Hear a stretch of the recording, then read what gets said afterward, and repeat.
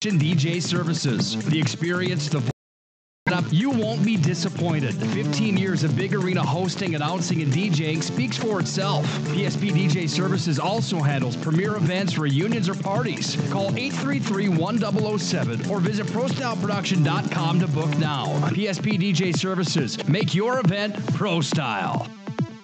At Premier Chiropractic, we are dedicated to achieving the best results possible for our patients through the most cutting-edge advances in natural healthcare today. Improving movement, function, and health, improving life. Call to schedule your appointment today.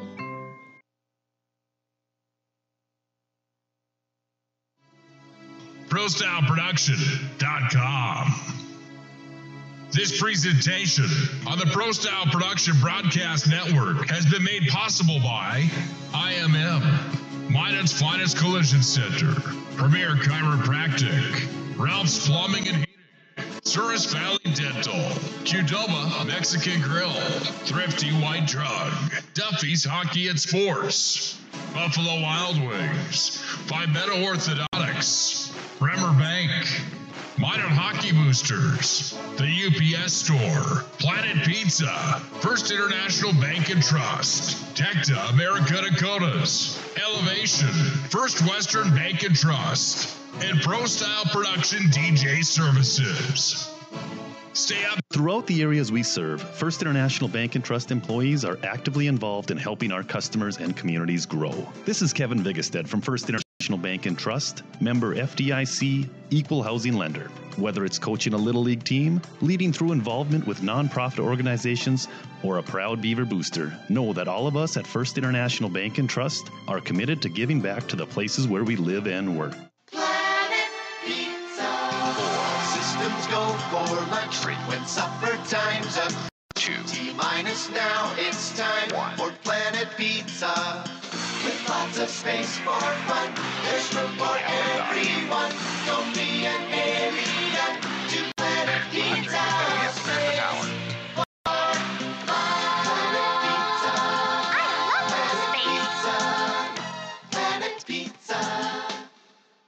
Hi, my name is Marshall Kanam. I'm the manager of the UPS store here in Minot. It's time to make sure your holiday gifts arrive on time and unbroken. It's why at the UPS store we offer our pack and ship guarantee. We can pack, ship, insure your item, and get it there on time. 100% guaranteed. If anything were to happen, you're covered, and so is your package. So ship away for the holiday. For the finest in packing and shipping, the UPS store. We're at 1940 South Broadway or online at theupsstore.com. Hello, I'm Steve Funningsland, consumer lender at First Western Bank and Trust and sports enthusiast. Employees at First Western know the importance of teamwork in their day-to-day banking duties to best serve the community. I know the Minot and surrounding area high school and college athletic teams know the importance of teamwork as well. We want to wish all local teams good luck in their athletic endeavors this year. Stay safe on the courts, on the fields, on the rinks, and in the gyms. We look forward to watching you succeed. With familiar faces you know, who know you by name, First Western Bank and Trust, you can bank on us, member FDIC, equal housing lender. ProStyleProduction.com.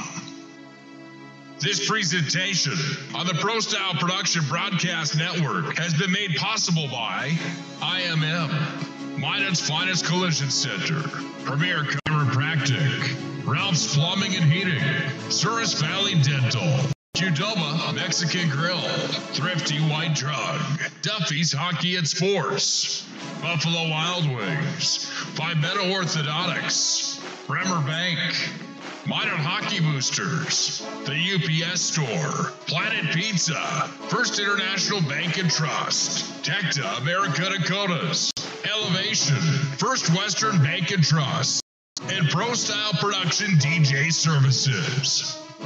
Stay up to date with the ProStyle Production Broadcast Network at ProStyleProduction.com.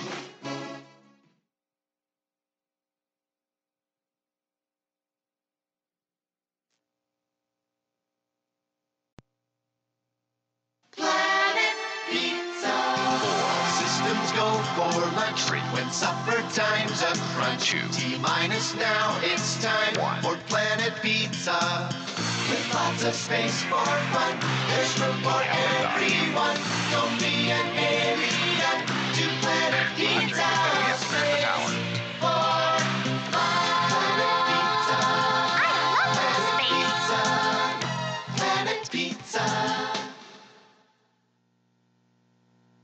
My name is Marshall Knob. I'm the manager of the UPS store here in Minot. I've had many customers express being frustrated with the P.O. box they once had. They didn't realize they couldn't have packages delivered to their P.O. box. It's why they now have a personal mailbox here at the UPS store. We'll accept the packages for you, and you can pick them up when it's best for you. For a more efficient business, visit us at the UPS store. We are at 1940 South Broadway or online at theupsstore.com. Throughout the areas we serve, First International Bank and Trust employees are actively involved in helping our customers and communities grow. This is Kevin Vigestead from First International Bank and Trust, member FDIC, equal housing lender. Whether it's coaching a Little League team, leading through involvement with nonprofit organizations, or a proud Beaver booster, know that all of us at First International Bank and Trust are committed to giving back to the places where we live and work.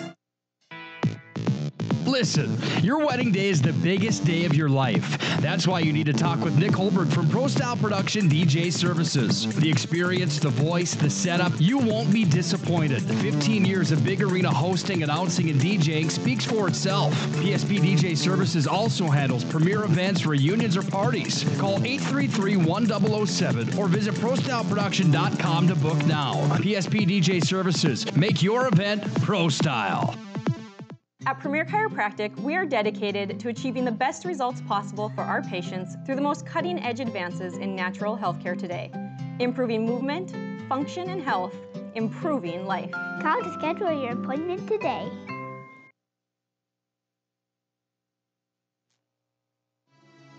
ProStyleProduction.com. This presentation on the Pro Style Production Broadcast Network has been made possible by IMM, Minot's Finest Collision Center, Premier Chiropractic, Ralph's Plumbing and Heating, Souris Valley Dental, Qdoba Mexican Grill, Thrifty White Drug, Duffy's Hockey and Sports, Buffalo Wild Wings, Palmetto Orthodontics, Bremer Bank, Minot Hockey Boosters, the UPS Store, Planet Pizza, First International Bank and Trust, Tecta America Dakotas, Elevation, First Western Bank and Trust, and Pro Style Production DJ Services. Stay up to date with the Pro Style Production Broadcast Network. Pretty good hockey game, just didn't end the way the Magicians would have liked to in that one. They fall in that contest that night.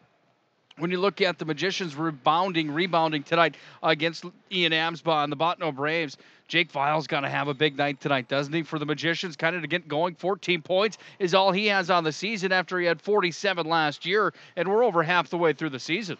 Yeah, he's the leading scorer right now for the Magicians with 14 total points, and it's going to take Jake and some more offense to get the Magicians through this three-game slide. They just have a lot of trouble scoring goals, and as a coach and the coaching staff, I'm sure, have tried to work on some things and some ideas to maybe get that to happen again tonight. We all know this rink's a little bit shorter than 200 feet. I'm also not quite sure that it's 85 feet wide. It's a little smaller than a regulation rink. Angles are different for the goaltenders. So in here, the dump-ins will be different. Everything out here is different. Of course, it's pretty cold in here, and the ice is fast. The ice is fast in here. A lot of factors will add in, but they're going to have to make sure that they've done some things in here to try to get the advantage here tonight. Should be a lot of fun. It's Minot High and Bottineau in the old school rivalry. Planet Pizza pregame show will return. When we come back, we'll look further into this matchup. We'll take a look at the West Region standings and the East as well. Then we'll come back and talk to John Grubb, go-ahead coach of the Magi. It's the Planet Pizza pregame show. Minot's at Bottineau. This is Minot High Magicians Hockey. First International Bank and Trust employees are actively involved in helping our customers and communities grow. This is Kevin Vigestead from First International Bank and Trust, member FDIC, equal housing lender. Whether it's coaching a Little League team, leading through involvement with nonprofit organizations, or a proud Beaver booster, know that all of us at First International Bank and Trust are committed to giving back to the places where we live and work. Planet Pizza. All systems go for lunch. Frequent supper time's a crunch. T-minus now, it's time for Planet Pizza. with lots of space for fun. There's room for everyone. Don't be an alien to Planet Pizza. Space for fun.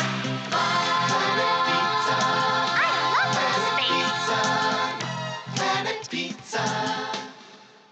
Hi, my name is Marshall Kanam. I'm the manager of the UPS store here in Minot. It's time to make sure your holiday gifts arrive on time and unbroken. It's why at the UPS store we offer our pack and ship guarantee. We can pack, ship, insure your item, and get it there on time. 100% guaranteed. If anything were to happen, you're covered, and so is your package. So ship away for the holiday. For the finest in packing and shipping, the UPS store. We're at 1940 South Broadway or online at theupsstore.com. Hello, I'm Steve Funningsland, consumer lender at First Western Bank and Trust and sports enthusiast. Employees at First Western know the importance of teamwork in their day-to-day banking duties to best serve the community. I know the Minot and surrounding area high school and college athletic teams know the importance of teamwork as well. We want to wish all local teams good luck in their athletic endeavors this year. Stay safe on the courts, on the fields, on the rinks, and in the gyms. We look forward to watching you succeed. With familiar faces you know who know you by name, First Western Bank and Trust, you can bank on us, member FDIC.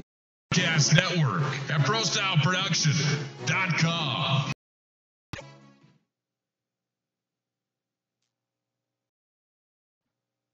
Throughout the areas we serve, First International Bank and Trust employees are actively involved in helping our customers and communities grow. This is Kevin Vigestead from First International Bank and Trust, member FDIC, equal housing lender. Their athletic endeavors this year. Stay safe on the courts, on the fields, on the rinks, and in the gyms. We look forward to watching you succeed. With familiar faces you know who know you by name, First Western Bank and Trust, you can bank on us, member FDIC, equal housing lender. ProStyleProduction.com. This presentation on the Pro Style Production Broadcast Network has been made possible by IMM, Minot's Finest Collision Center, Premier Chiropractic, Ralph's Plumbing and Heating, Souris Valley Dental, Qdoba Mexican Grill, Thrifty White Drug, Duffy's Hockey and Sports, Buffalo Wild Wings, Palmetto Orthodontics, Bremer Bank, Minot Hockey Boosters, the UPS Store, Planet Pizza, First International Bank and Trust, Tecta America Dakotas, Elevation, First Western Bank and Trust, and Pro Style Production DJ Services. Stay up to date with the Pro Style Production Broadcast Network at ProStyleProduction.com. It's time for the Elevation Coaches Corner. Elevation, located at the Minot Country Club and open to the public 7 days a week. Elevate your game at Elevation. Now back to the ice for the Elevation Coaches Corner. We're now joined by the Minot High co-head coach, John Grubb, here in the Elevation Coaches Corner. And first of all, thanks for a little bit of time tonight. Welcome to the Lumber Dome. How much do you like this place? You know, I like it here. It feels like it's a hockey rink when you walk in, first things first. And I don't know, it's always exciting, I think. I like to play up here. Go back to your days a little bit. Do you have any great memories from the Lumber Dome and a place that kind of favored a game like yours? This is a real quick ice surface with bouncy boards all over the place and kind of a shortened sheet. What were your days playing like up here for the Magi? I liked it because you can shoot from anywhere almost. You know, anytime you have the puck in the offensive zone, you have a chance to score. And so it always worked out well for me here just because of that opportunity. I like to shoot the puck, and hopefully our kids have a shoot the puck mentality tonight and put some on the net. Talking about a kid like Ian Amsbaugh, the freshman for Bottineau that leads the way, 17 points for him. And, another kid by the name of Amsbaugh. It just seems like every year there's one or two of these guys that knows how to dominate. Do you guys focus in on a player like this tonight here on his home ice, with that being a key with the quick ice surface? I know that he's only a freshman, but 17 points kind of looks flashy on the score sheet tonight. Yeah, I don't know if we'll focus in on it so much, but, he's a very good hockey player. We got to play kind of the mixed JV squad game in rugby against him, and he had their goals, and he's a really good player. But it has to come down to just playing well as a team, good team defense. We don't have last change and stuff like that. So, it's just about making sure guys are aware where the dangerous parts of the ice are, and a kid like that, you don't want to give him much space. getting close to tournament time here, region tournament just a few weeks away on your home ice at the Pepsi rink and at the Mesa Arena. I don't want to touch a whole bunch on the last game for you guys, a matchup with Bismarck High, but when you look back to the last game for you guys, how important is it responding tonight in a positive way and getting a full 51 minutes and a full lineup of everybody going is just kind of my key to the game again tonight? It is, and that's been the problem. We don't know which kids are going to go which nights and who's going to show up, and here we are in late January waiting for enough kids to step forward and say, hey, we want to play, and we're not there yet. We have 5 games until region. It'd be nice to find a way to win each of those games, and it starts tonight, and hopefully some guys start to claim some ice time. Jake Vile's one of those guys in my mind that a night like tonight is a huge night for him. Only 14 points on the season and 16 games played. You look back to last year and what he did with the 47 points playing with Easton Bennett up front. How big is a night like tonight and some of these games coming up for your senior Jake Vile that was such an important piece to the puzzle last year and somebody that you guys just need to count on going into tournament time here this year? We do. We need him to get some confidence going, and he's, it's going to start with him is putting pucks on net when he is getting chances. They're high, or maybe he's just losing the grip of the puck right before he's about ready to release the puck. And I don't know, it'd be good to see a few hit the back in the net for him because most scorers are streaky, and this would be a good time of year for him to get going. Legend Larry McFall is going to join us tonight up in the press box here in the Lumberdome. What are you more excited about, getting the national anthem out of the way, or seeing if McFall and I can hold the weight limit up there in that press box right above you? I can't wait to watch you guys try to get up there. That'll be the highlight of my warm-up.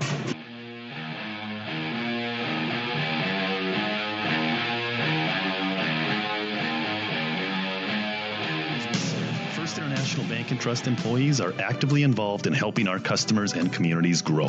This is Kevin Vigestad from First International Bank and Trust, member FDIC, equal housing lender. Whether it's coaching a Little League team, leading through involvement with nonprofit organizations, or a proud Beaver booster, know that all of us at First International Bank and Trust are committed to giving back to the places where we live and work. Go for lunch, frequent supper time's a crunch. T-minus now, it's time for Planet Pizza. With lots of space for fun, there's room for everyone. Don't be an alien to Planet Pizza. Space for fun.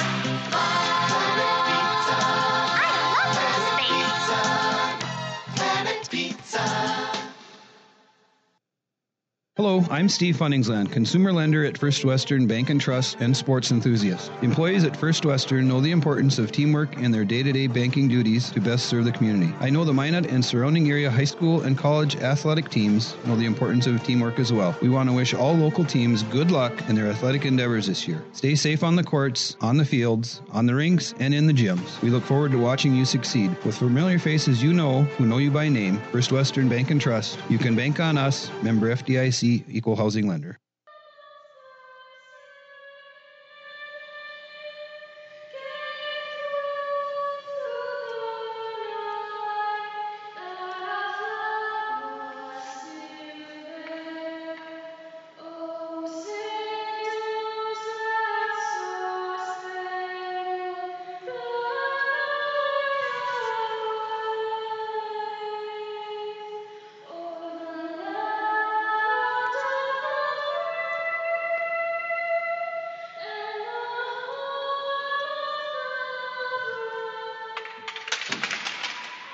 God bless our servicemen and women. God bless our veterans. God bless America. Time for a West Region tilt tonight from one of the storied facilities in North Dakota that goes by the name the Lumberdome. It's Nick Hulberg alongside of Larry McFall to put the finishing touches on our Planet Pizza pregame show.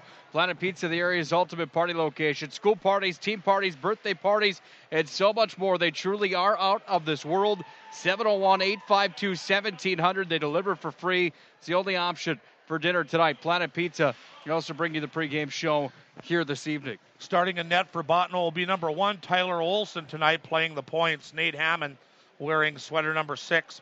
And also on defense, actually, I guess I missed it's number 26, Alex Hoffert. The forwards will be number 11, Jay Shear, number 15, Wyatt Hawkinson, and number 19, Gabe Clements start for the Bottineau rugby team. For Minot, Kyle Schultz, the senior, gets his first start in the net tonight wearing number 1. Logan Broughton and Zach Peterson are on the points wearing 2 and 6. And starting tonight, it's Jack Plemmel, Nick Murphy, and Peyton Fillion, the forward line for the Magicians. Minot High travels from the left to the right for the first and the third tonight, right to the left. For the Bottineau Rugby Braves, Minot High's in their road maroons this evening. Maroon helmets, pants, and gloves. Bottineau's in their home purples. They've got black pants, helmets, and gloves on tonight. Our apologies. We had some technical difficulties in our Planet Pizza pregame show tonight. That's what happens when you're inside the old school Lumber Dome. The old Verizon wireless card doesn't want to work the way it should. No, we're having some internet issues. Back in the day, of course, we always had the phone line plug-in, but sometimes it's always tough to try to get a signal in here. So hopefully it'll work for you folks at home, and if you're having some issues, we are well aware of it as the puck goes out of play to the left of Schultz, and the face-off should stay there. We had such a good pregame show going, too, at the beginning, talking about how we needed the forklift to get you up into the press box and how old school it is and all that stuff. I mean, and then that pretty much was the end of the pregame show. Did hear from John Grubb, however, his thoughts coming into tonight. Boy, the Magicians look to respond after losing to Bismarck High in their most recent game. How do they do tonight? Puck dumped in from center ice by the Magi. It's down into the near side corner. Right side of the radio dial. Puck's underneath the goal line now for Stenberg. Stenberg's underneath the net. Over to Jake Weil. Out of Gretzky's office. Weil centers it. Deal turns it towards the net. He's robbed as the shot came to the center slot, and then it's bounced out to center ice. Opposed tries to move it back away forward, and it comes all the way back into the possession of Opposed in his own territory, skating backwards and then firing forward off of Kyler Stenberg, and all the way down it comes the length of the ice. Back in Minot High offensive territory, centering feed. Stenberg throws it on the net, and the stop is made there from Tyler Olson. 4.71 goals against average and an 86% save percentage coming into tonight's matchup. For Tyler Olson, the goaltender that gets the nod tonight for Bottineau, wears a black Bauer goal mask. He's got the clear goater, if you will, the see-through neck protector. Wears Vaughn pads that are white. He makes a stick save with a CCM stick with 15:29 to play here in a scoreless first period. Puck wrapped around the sideboards all the way up to the near side wing. Comes back away underneath the goal line. Now away to the far side for Logan Broughton only momentarily. Radio guy from Rugby's here right next to us. He's got his hands held over the press box, so I can't see into the corner. Near side wing, puck taken here by the Braves, and they try to clear out of their own end. Comes up to the line. Haberman holds it in. Haberman brings it across. Haberman turns it towards the net. Cope tried to deny it. It was blocked in front, and it goes away to the far side wall. Left dot to Cubs. Now Avery Beam pushes it down to the corner. Back away over to Haberman. Haberman trying to handle with it here. Haberman pushes it up the wall, trying to feed it back up to the point for the Magi. Comes back in front of the net now with a backhand. Cope throws it on. Olsen makes the save, and he hangs tight. Good start for the Magicians. Have already rattled off 4 shots on Tyler Olson. Yeah, for you folks that haven't been here before, our loft is above the players' benches. We cannot see either player bench, and then we have to stand up and lean way over if we want to see the corners in either end. So it's visibility sometimes is an issue here. One of my favorite arenas of all time. Did I ever tell you that I had the opportunity to call a game from the War Memorial, where they filmed the movie Slapshot when I was out in Elmira, New York in the ECHL? We played the Johnstown Chiefs, also known as the Charlestown Chiefs, in that epic hockey pulp culture hit back in late 70s. Back to the other end of the ice. Nick Murphy brings it into the offensive zone. Over to Opposed. Trying to bring it ahead forward into the center slot and out to center ice. Now the Braves push it forward with Alex Hardy. And Hardy moves it ahead, but it's Murphy that takes it away. Braves have it back at neutral ice. Not for long. Plemmel freed it to Fillion. Left on it comes. Fillion throws it on goal. Olsen makes a stick save.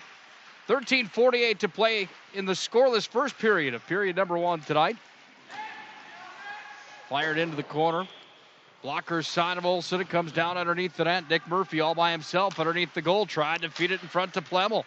Puck is pushed all the way back into Minot High defensive territory. Left circle for Pat Hyde. He dishes it cross ice up to Murphy. Murphy put on the bird cage tonight, if you will. The CCM face protector compared to the clear eye tech that he has donned all season long. Of course, with the temperatures this cold inside of a venue, those clear bubbles don't seem to work that well. Magi are in with it. Jake Vial steps in. Vial feeds it back toward Stenberg. Give and go. And the Magi strike for first blood tonight. Jake Vial threw it in front to Stenberg, and Stenberg says, how do you do, Lumberdome? I'll strike for my 5th of the year, point number 11. And the Magi are on the board first. 3:53 the time of that goal. A real nice pass across the crease right to Stenberg, right on top of the blue, and he hammered it home at 3:53. We'll wait for the official scoring. Well, 1-0 Magicians. Talked about Jake Vial's performance in the pregame show tonight, brought to you by Planet Pizza in the Elevation Coach's Corner, and how important it is for Jake Vial to get that plow on hook and start dishing out some points. We all know that he can bury it. He's only done it 14 times on the season, and I think at a certain point, confidence has to be the number one Achilles heel for number 18, Maroon, here tonight. Well, once things start not going your way and you go a few games without scoring, then it just seems like you get tighter and tighter and try harder and harder, and then the frustration comes in. So a scoring slump is a very tough thing to try to overcome sometimes. Kyle Schultz made his first stop of the hockey game. It was a pad save on a dump in from the neutral ice zone. By the way, the War Memorial, the reason I bring that up, the press box at the War Memorial was a lot like this, old school like this with the wood frames and the whole nine. Pretty interesting stuff there. It was an old school venue. That was pretty neat being a part of that. Out to center ice. It's taken and hammered right back in by Riley Rybczynski. Rybczynski is the son of Travis Rybczynski, the Bottineau Lumberjacks head coach. Add Logan Broughton to the assist on the goal for the Magi, the 5th goal of the year. Yeah, there was 2 assists. I didn't hear the first one, and then Broughton was the second assist. Should have been Vial and Broughton on top. Okay. Back into the offensive zone for the Braves. Blockers side of Scholes. Puck lays at the top of the circle. Now directly in front of the net. Taken back by Haberman behind the cage. And Haberman starts the rush back out to center with Avery Beam trying to cross over the blue line. Brings it right back into Magician territory on the near side wing. Does Gabe Clements, the senior, with 12 points on the year. Here's Sam Opposda. Far side wing out to the neutral ice zone from Pat High and out of the tape for Hunter Cope. Fumbled that pass, and it comes right away to the near side wing where it comes all the way back to Pat Hyde directly on center ice. Makes a move. Now Hyde's going to step in over the blue line with it. Hyde dancing into the offensive zone. He lost a handle on it. Comes back to Hyde. Hyde just playing keep away from the Braves here tonight. Now they take it away from him, and they fire it all the way down off the short glass of the far side of the Lumberdome ice surface. It comes all the way back into Minot High territory behind Scholes, where it's going to be picked up here by Nick Murphy. Murphy crushed down the far side wall. Look out. That was Gabe Clements. He hammers Nick Murphy, and Murphy a little bit slow out to the neutral ice zone. Murphy, lucky he knows where he's at right now. That was a bone crusher. Murphy takes the puck into the zone, fires it on. Olsen makes the save, and it comes all the way back up the far side wall, and on the rush with it, the Braves carry in with Alex Hofer. Holford sends it down. Broughton hammered behind the end wall. Puck comes away to the far point. Drive just wide of Scholes on the near side wing. And Dave Hoff's club from Bottineau is picking up the intensity. Alex Hoffert with a huge hit down there also. And Bottineau trying to rattle the Magicians here a little bit with 10 minutes and 6 seconds remaining in period one. Good point about the visor compared to the cage. The visors will fog up. You start sweating and your breath goes onto that visor, and sometimes they fog up. So in a cold atmosphere like this, the cage is a lot better. Here's the game's goal getter, Stenberg, pushing out to center now for Jake Vial. Vial back to Stenberg in front of the net. Oh, that pass came right in front. He put it out of the backhand and sent it just wide. The net came off the moorings, but Vial and Stenberg have it dialed in early on here tonight. The net came off the moorings because Riley Olsen just skated in and just hammered it off, and really wasn't pushed in. I'm kind of surprised. That could have been a delay of the game on Bottineau Rugby there, but instead it'll be a face-off to the left of Tyler Olsen. 9:52 to play here in the opening period. Minot High up by a goal. It's 1-0 thanks to Stenberg. Picking up point number 10 of the season. Goal number 5 for Kyler Stenberg. Good on the baseball field and on the football field as well. Puck handled by the Magicians, and Jake Vile runs into the referee, loses both feet from underneath him, and the puck goes back behind his own net over to Peterson. Far wall, Peterson pushes it up through the no zone. Ran into the back of a Bottineau player on the near side. That's Amsbaugh in the offensive zone, battling for it, and our first penalty of the night will come. 7:34 is the time of the call. Wait a second, what do we have here? Is this an offsides instead? No one seems to be heading to the box. Never mind. It's kind of hard with these pillars that these beams that come up. We've got blind spots to our left and to our right. I didn't see any arms come up on a delayed call, so I only assumed that there was a penalty with 9:22 to play in the 1-0 first period with Minot High on top. That's not the case. Puck handled by the Magi. They push it up the far side wall. It goes up and out of play in the student section for the Bottineau Braves. A good pace to the game. It's always fast up here. The Magicians right now holding a 7-1 advantage on shots on goal. I actually have 7-2 on my chart, but Schultz getting his first start tonight in the nets for the Magicians on the varsity level. Schultz, the senior, coming into tonight's matchup with his most recent game of win in the JV contest against Bismarck High. Not only that, but a shutout, 30-plus saves in the JV contest against Bismarck High. That was on Thursday. Puck dumped in on Schultz. He covers and frees it now over to Pat Hyde. Far wall it comes out to center. Avery Beam onto the tape now for Haberman. Haberman's in, turns it towards the net. Oh, that was a headhunt, went off the mask, and then up and out of play. And the goaltender Olsen looks over the Bauer goal mask as he took that one right between the eyes. Yeah, and it took his mask right off. He's coming over for some repair. They counted that as a shot on goal, and technically it was not.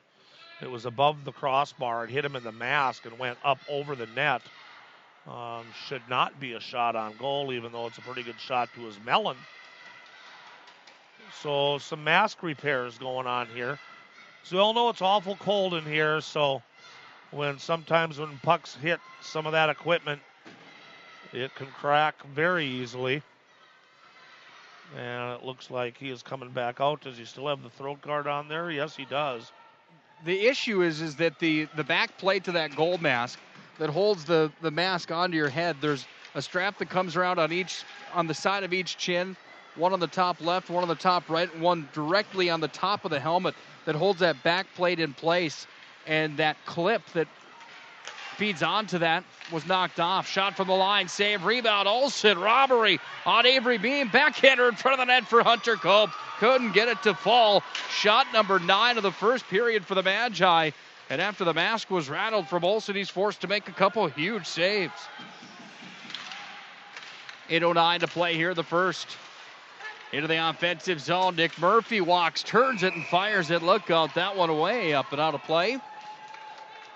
You know, we cannot see the Bottineau bench from here. In years past, they've been really short benched, and they just get gassed by the third. According to my roster sheet, that problem seems to have been rectified here with the Bottineau Rugby merger, and they now have plenty of bodies on the bench, but in the past, that always became a factor in the third period. Face off on the blocker side, puck taken here by Handlett. Blocker side of the Braves end, I should say. Puck rolls all the way down on the blocker side of Scholes, where it comes away to Patrick Hyde. Hyde's got it up the near side wing out of his own end, goes across neutral ice, got it up to Fillion. Fillion's in with it over the blue line. Fillion turns it and fires it towards the net, and Olsen makes the save. As Fillion walked and fired, he tried to make it 2-0. Yeah, nice hustle by Fillion. Came on in, took that one from the top of the circle to the left of Tyler Olsen. I think it's going to be a long night for number 1 in the nets for Bottineau.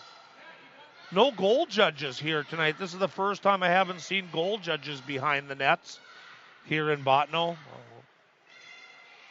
Volunteers are of essence. We have the same problem back in the Magic City.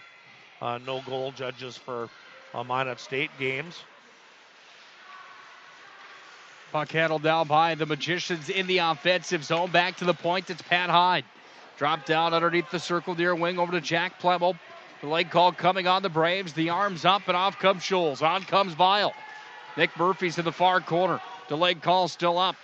Puck is touched now by the Braves, and the Magi get the first power play of the night. It's a hooking call, and to the sin bin goes number 20. That's Landon Rosendahl, the freshman. 9 points on the year, and he's got a seat in the box on the hook with 7:18 to play in a 1-0 first period. Minot High tries to add to the lead. 9:42 will be the time of that penalty. And the Magicians get to show their power play here as Rosenthal goes to the box. Off the draw in the left circle, the Magicians and Jake Vile have it. Fed it over to Deal. Now Vile's going to have it walk across the blue line. Holding was the call. Puck's head down in behind Pat Hyde. Referee indicated that it was a hook. I don't know if there was miscommunication somewhere along the line. Walking in, backhander from Vile, sent it towards the net, but wide. Puck comes back to the point. Hyde tees it up, and Olsen forced to make the pad save, and he corrals it. Nice save by Olsen there. He had a bunch of traffic in front of him as well, and somehow picked out that blast by Hyde from the blue line and saw it in time to make the save. He gets the face-off to his left. 1:30 left on the power play. 6:47 remains in period number 1. The Magicians leading it 1-0. Power play down to 1:28. Puck handled by the Braves. They go to center ice with it. Handled here by Jay Shear, the senior second in scoring for the Braves with 14 points. Shear was met there by Big Pat Hyde. Then it's taken and launched from one end of the ice to the other from Bieberdorf, the freshman D-man. And the puck picked up by Vile back in his own territory. Gains ahead of steam. It's a 4-on-2 for the Magi. Broughton in, turns it towards the net. It was knocked down and carried wide off of Alex Hardy. Now it's going to be taken here by the Braves, and they launch all the way down. Nice effort on the kill from Wyatt Hawkinson. Back in behind Schultz. Puck lays in the near corner. Hyde's directly behind the net now. Got the theater-style seating here at the old Bottineau Lumber Dome above the concession stand. Directly behind Schultz, the goaltender. Minot High's power play down to 40 seconds remaining, and through the neutral ice zone, shorthanded Riley Olsen's in. Olsen interrupted by Hyde, then Schultz gloves it as the puck comes up in the air. It was almost a 1-1 game, or at least an opportunity, shorthanded for the Braves. Riley Olsen in kind of by himself, but he did have a little bit of heckling from behind him by Hyde. And somehow he lost the puck, and that was enough time for Hyde to try to knock it away, and then it pops up and goes right into Schultz's glove. Puck taken by the Magi on the power play with Jack Plemmel out to center ice. Goes away to Peterson, and Peterson's going to skate it through neutral. Peterson walking top of the circle, trying to feed it in front to Plemmel. Puck taken away by the Braves behind the net. It's Alex Hoffert. Sent in front by Peterson, intercepted there, and all the way down from Riley Olsen it comes. And Schultz plays it to the corner. Got to give credit to Dave Hobbs. Bottineau Brave penalty kill here. They look good. They kill off power play number 1 of the night. That should have been an ice, and yeah, it is a late call. The Magicians trying to hit the bomb pass. Yeah, you were talking about that area up there. Nice, warm, heated area with some old theater seats from one of the old show halls here in town. That's the VIP section, I believe. If you go up there and sit in somebody's seat and it's not your seat, you could get yourself in a little trouble. The regular viewing area underneath them. Kind of like parking in your spot at the Mesa Arena out back behind. Yeah, nobody wants to do that. Oh, my goodness. And, of course, here in the rink, no one sits at standing ramps out here, wood ramps. Puck taken at center ice by Logan Broughton. He'll hammer it in. Back in behind the goaltender, Olsen. He's seen 11 shots so far tonight. He's given up 1. Stenberg's 5th goal of the year. Olsen got hit in the mask with the puck midway through this period. He's now changed goal masks with the backup goaltender. He's wearing Adam Lorenz's white goal mask, so it's the same goaltender, just a different mask due to some issues. Ooh, that could be a superstitious dilemma. Goal for the netminder. 100%. Bottineau brings it into Minot High's defensive zone on the glove side of Schultz, back behind the net. Wyatt Hawkinson trying to free it in front of the cage. Can't do it. Out to center ice. Here's Tatum Hertz. He wears that clear eye-tank bubble here tonight. Make it a Bauer bubble instead. He dumped it all the way down. He's charged for the icing. So the faceoff will come all the way back down to the right of Kyle Schultz. Well, 1-0 Magicians if you're just joining us from the Lumber Dome or the Community Arena. 4 minutes and 12 seconds remain here in period number 1. Stenberg from Weil. Just about 4 minutes in tonight has the Magicians on the board first. Big game tonight for the Magi as they try to advance to the standings. They sit on a 5-4 mark inside of the West region. Bottineau's at 2-4-1. Tournament time right around the corner at the Pepsi Rink at Mesa Arena. Buckle up tight and hang on for the first ever West Region tournament at the Pepsi Rink. And you've got to be looking forward to the big 3-day event. Yes, I sure am. That's going to be great to host it there. 2 years ago, of course, we had it in the Eck Rink. Now having it in the Showcase Pepsi Rink should be pretty great for everyone concerned. Weil off to Stenberg, one end of the ice to the other. Stenberg in on the forecheck, trying to take it away from Bieberdorf. Back in behind the net, offensive zone, left side. It comes down now to the right side. 3:21 to play here in the opening period. Minot High tries to add to their 1-goal lead. Here with Deal in front of the net. He turns it on, and the stop is made by Olsen. Nice play right from the slot. Just take the shot, see what happens. But on the top of his crease, Tyler Olsen came on out of the blue paint, made the save right on the logo of the jersey. Face off to his right. 3:15 to play here in the first period. Shots are 12-1. Magi, they lead the way tonight. Puck comes back into the far circle. Up to the point, held in. Shot from Plemmel on the goal. The stop is made from Olsen. Then another shot caromed off the end wall. Comes in front of the net with the CCM stick. He brushed it to the corner.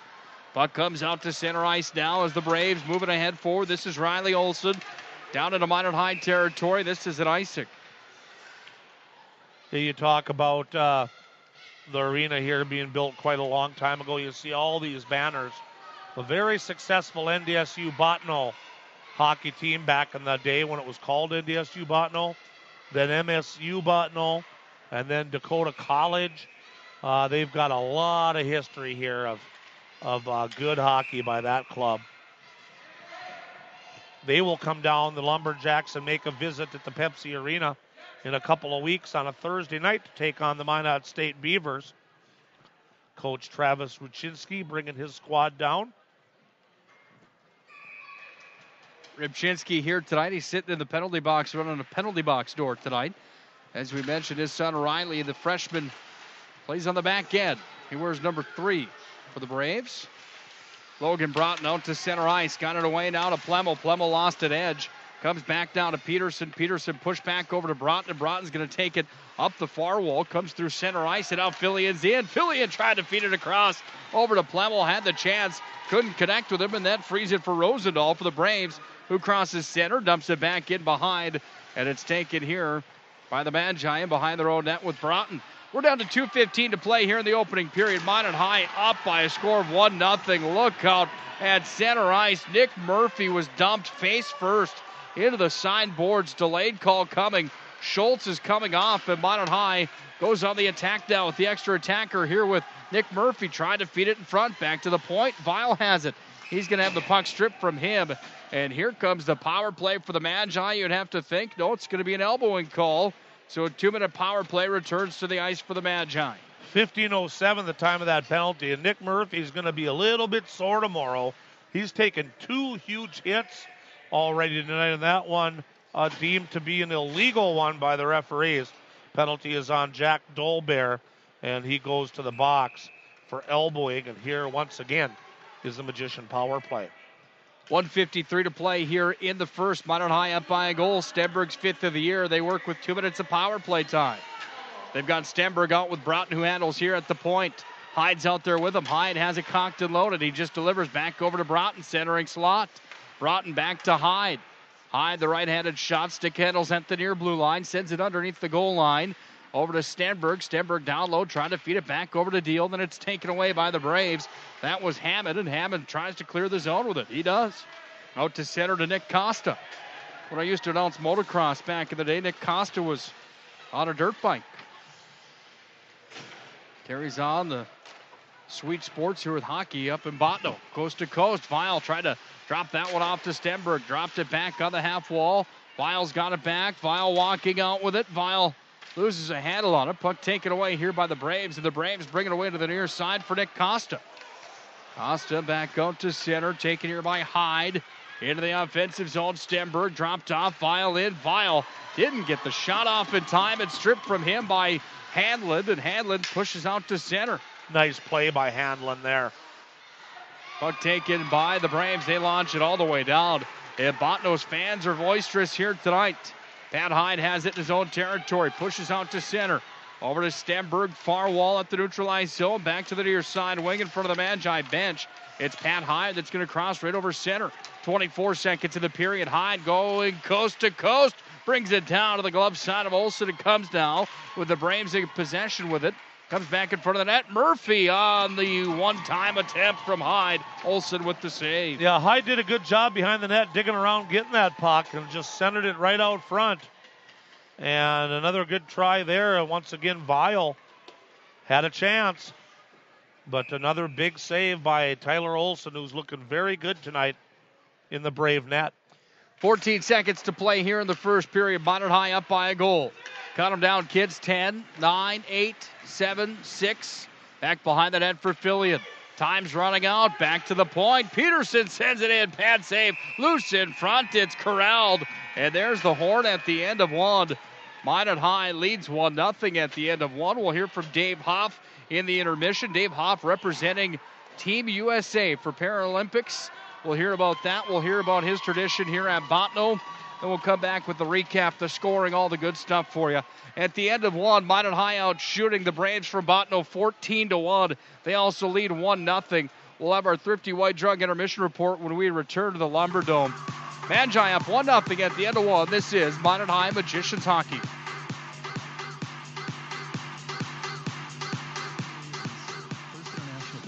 Employees are actively involved in helping our customers and communities grow. This is Kevin Vigestad from First International Bank and Trust, member FDIC, equal housing lender. Whether it's coaching a Little League team, leading through involvement with nonprofit organizations, or a proud Beaver booster, know that all of us at First International Bank and Trust are committed to giving back to the places where we live and work. Planet Pizza. Systems go for lunch. Frequent supper times a crunch. T-minus now, it's time for Planet Pizza. With lots of space for fun, there's room for everyone. Don't be an alien to Planet Pizza. Space for fun. Planet Pizza. I love space. Planet Pizza. Hi, my name is Marshall Knop. I'm the manager of the UPS store here in Minot. It's time to make sure your holiday gifts arrive on time and unbroken. It's why at the UPS store we offer our pack and ship guarantee. We can pack, ship, insure your item, and get it there on time. 100% guaranteed. If anything were to happen, you're covered, and so is your package. So ship away for the holiday. For the finest in packing and shipping, the UPS store. We're at 1940 South Broadway or online at theupsstore.com. Hello, I'm Steve Funningsland, consumer lender at First Western Bank and Trust and sports enthusiast. Employees at First Western know the importance of teamwork in their day-to-day banking duties to best serve the community. I know the Minot and surrounding area high school and college athletic teams know the importance of teamwork as well. We want to wish all local teams good luck in their athletic endeavors this year. Stay safe on the courts, on the fields, on the rinks, and in the gyms. We look forward to watching you succeed. With familiar faces you know, who know you by name, First Western Bank and Trust, you can bank on us, member FDIC, equal housing lender. ProStyleProduction.com. This presentation on the Pro Style Production Broadcast Network has been made possible by IMM, Minot's Finest Collision Center, Premier Chiropractic, Ralph's Plumbing and Heating, Souris Valley Dental, Qdoba Mexican Grill, Thrifty White Drug, Duffy's Hockey and Sports, Buffalo Wild Wings, Pimento Orthodontics, Bremer Bank, Minot Hockey Boosters, the UPS Store, Planet Pizza, First International Bank and Trust, Tecta America Dakotas, Elevation, First Western Bank and Trust, and Pro Style Production DJ Services. Stay up to date with the Pro Style Production Broadcast Network at ProStyleProduction.com. It's time for the Thrifty White Drug Intermission Report. Thrifty White Drug, where your healthy outcomes are our priority. Now for the stats, analysis, recap, and everything else Magi Hockey. Here's Nick Hulberg. Welcome back to the Thrifty White Drug Intermission Report. We're now joined by the Bottineau head coach, Mr. David Hoff. And first of all, Coach, thanks for a little bit of time tonight. Always fun catching up with you. Hey, appreciate it. Glad to be here. Talk a little bit about how your season's going right now here with this Bottineau Braves hockey team. It's a team that, on paper, when looking a little bit earlier on today, it looks like you guys have a bright future ahead and have had some big games this year. Touch on the program a little bit and numbers and all that sort of stuff in the future as well. Well, I think if you look at the last couple of years, Joe Hanlon and I, my assistant coach, along with Eric Herbel, we had talked when we got to the end of last season that we kind of made it past the tough part of the numbers in our program, and that starting this year with our freshman class, those numbers start to get better. As I was telling you earlier, we'll have a little bit of a dip probably after this year just because we lose a lot of seniors, but then every year after that it's just going to continue to grow, and that's really nice to see. So as far as the numbers part, which I think is important when you're competing in a sport like hockey, we've made it past the tough part, and the numbers are coming now, along with I think we've got some young kids that have some skill. We've got to continue to develop those kids, but I like where we're at this point. Ian Amsbaugh is the name that leads your team in scoring right now, and that Amsbaugh name returns. Touch on some of these guys that are just so powerful for you. You talk about an Eric Herbel or an Amsbaugh, and some of these guys, Harrison Aid, some of these players. What makes these guys so special from such an early age up here? It's just something in the water? Do they get extra ice time, or what's the deal with this? I wish it was the water, because we had a little bit of a drought there. We've got some, we've had some years here the last couple of years where we just haven't quite had that guy. We've had maybe a supporting cast, but we haven't had the kid like we did in some of that run from Eric Herbel through Logan Milliken, Harrison Aid, Luke Amsbaugh, and some of those guys. But it's a nice part. I think our youth program did a good job here now getting back to developing skill at the youngest ages, and obviously we're the benefactor of that if they do the right thing at the right time with those younger ages. And so we've got those kids coming, and hopefully we just keep doing a good job of developing where they're at as well. 29 years for you as the head coach of this program, involved with this program. You're a Bottineau guy originally. How much over time has high school hockey changed in your mind in those 29 years? Man, I mean, you've seen it all. Yeah, it really has. I guess I think back to even just the way you communicate with players. I think starting when my first year was 1989. I think you could coach the way kids were parented, and I think you were parented a little bit more by fear. Do this or else was kind of the mentality, and that doesn't work with a kid in 2017. You've got to adjust to the way you have to motivate those kids. And as someone from a different generation, we can say we don't like that, but that isn't going to get the most out of kids. So you got to figure out ways to get kids to do things. So I think that's the biggest thing. They still like to play hockey. They've got a lot of other interests in there, but probably motivating and communicating with kids is the biggest adjustment for me. I'm sure it is. It's got to be a challenge and bittersweet at times finding that right model for it. When you think about players that you've had back in the early 90s when you guys dominated up here, I think about a guy like Pete Fisk, who was a great coach of mine back in the day. Touch on some of those guys that you had the opportunity to coach over time and some of these memories that you've had in 29 years. I mean, my oh my, there's got to be just a book you could almost write over the great times you've had here at the Lumberdome. Kind of funny to say that. I enjoy going to church on Christmas Eve because everyone's back, and I didn't necessarily see Pete, but I sat kind of in the corner of the church and I just watched young man after young man with his wife and kids now go up there, and I thought I'd coach that kid. That's probably one of the things I'm proudest of. I'd love to go back because I think I've learned a lot over the 29 years, and I wish I could have a do-over with some of the development and things like that I don't think I did a great job of when I was young. But for whatever reason, I was allowed to stay and allowed to be a part of that. And I think probably whatever they say about me, I'm the one who's really fortunate to have been part of all of those guys, like a Pete Fisk and you name it along the way, a Joe Warren and some of those kids I was fortunate to coach. Fantastically said. Talk a little bit about your USA Hockey involvement. And boy, I found out tonight from you talking before this that you've got some great news and you've got your hands in on some coaching with Team USA on a different level. And talk about that a little bit. That's quite the honor. Yeah, I was given the opportunity about 15 months ago to be the assistant coach of our disabled hockey team, the Paralympic sled hockey team, and I'd been around those guys a lot for about the last 8 summers. I worked at disabled camp out in Buffalo, New York for USA Hockey, and just kind of by chance, it wasn't something I aspired to. I never thought I'd have the opportunity to do it. I was given the chance to do it and was able to work it out with my work, but everything gearing up to going to Pyeongchang here at the beginning of March for the Paralympic Games, and it's a great staff to work with, but the 17 guys, all with maybe I'll say a little bit of a different disability, whether it's our 6'1", war veterans, 3 or 4 guys that have had some sort of, I'll say, car accident, guys that have battled cancer and lost legs. Again, it's another one of those situations, just like I just said. I think I've learned so much just being around these guys, just about life in general. And sometimes I think I'm the disabled person because I'm the one who, when I'm given a task, you always start out with that, I'm not sure I can do that. And that just isn't the way these guys operate. And that's been great to be around these guys and just learn from them. Unbelievable stuff. What an honor being recognized by USA Hockey as well. Did you ever think at the start of your hockey career that you'd wear the red, white, and blue colors on a coaching staff? No, I didn't, and it's pretty cool. I'll tell you, I've been now, I think, 4 or 5 times in the last year. I've been in a Canada-USA game, and whether it's the men, the women, or the disabled side, we played in front of a packed house up in Canada here a couple of months ago, and that was a lot of fun, I'll tell you. So, yeah. Final thing I have for you tonight, what's the key against Minot High coming into this West Region matchup, and a team that on paper, could be kind of fun to watch here tonight. You guys are always good on your home ice here in the Lumberdome. I hope we are. The last time out here on our home ice, I was a little disappointed with the way we played, but we've got to be consistent through our lineup, and we've got to be focused. Sometimes we don't do the little things, and when we don't do the little things, it seems awfully easy to score against us, and we've got to make it tough. If someone's going to score on us, they're going to have to earn it, and we've got to play a little bit with a little bit of toughness that way, so hopefully we can do that on our own ice tonight. Sure appreciate your time, and congratulations again with the USA Hockey stuff, and boy, what an honor being able to talk to you tonight, and best of luck down the road. All right, thanks, Nick. That's Dave Hoff, the head coach of the Bottineau Braves. When we come back to our Thrifty White Drug Intermission Report, we'll take a look back to the stats of the period. This is Minot High Magicians Hockey. Throughout the areas we serve, First International Bank and Trust employees are actively involved in helping our customers and communities grow. This is Kevin Vigestad from First International Bank and Trust, member FDIC, equal housing lender.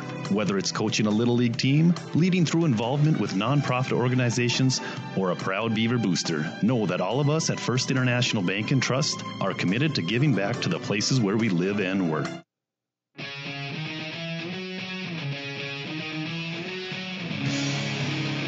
Can you imagine 30 years here in the Lumberdome coaching? Dave Hoff, we sure appreciate his time on the Thrifty White Drug Intermission Report. What's your best Dave Hoff story? Do you have one? Well, it's just that I've known Dave for an awful long time, and it's kind of crazy that it is in his 29th year as the Bottineau head coach, because Dave and I refereed a lot of games together at the All Saints Arena. I couldn't even remember how long ago it was, so that must have been in 87, 88. 86 when we ref together. He used to always come down and help us Minot guys referee a lot of the Minot High games when we were short-handed, and then after that he went on coach, and so just to be his reffing partner for a few years and getting to know him a little bit. Back then he was very quiet, didn't say much, and I guess to this day he's still about that way when you see him in public. He's just a really low-keyed guy, but what a successful story he's had up here in Bottineau. It's just unbelievable, and he is one of the great assets for Bottineau hockey, as is Coach Wachinski for the Lumberjacks. In the first period, Minot got on the board at 3:53 on a goal from Kyler Stenberg, as he got a thank you very much pass from Jake Vile and Logan Broughton. He was just parked right in front of the crease and just hammered it home. That's the only goal of the hockey game so far. There's been 2 penalties, both on the Bottineau Braves. Rosenthal went to the box for holding at 9:42, and Daubert went in for, which I thought she said elbowing. Maybe you said you thought something else was signaled at the 15:07 mark. Minot still on that power play for another 7 seconds. Kyle Schultz with 1 save in the net in his season debut in the nets for the Magicians. And Tyler Olsen a little busier. He had 13 saves out of 14 shots for the Braves.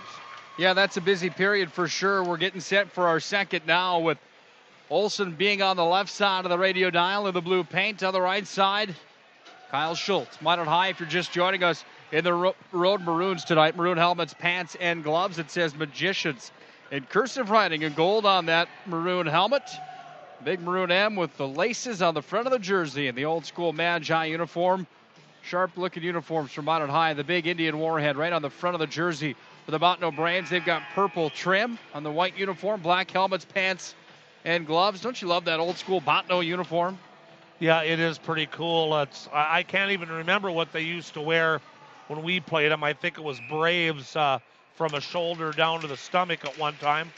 But yeah, nice looking unis for Bottineau.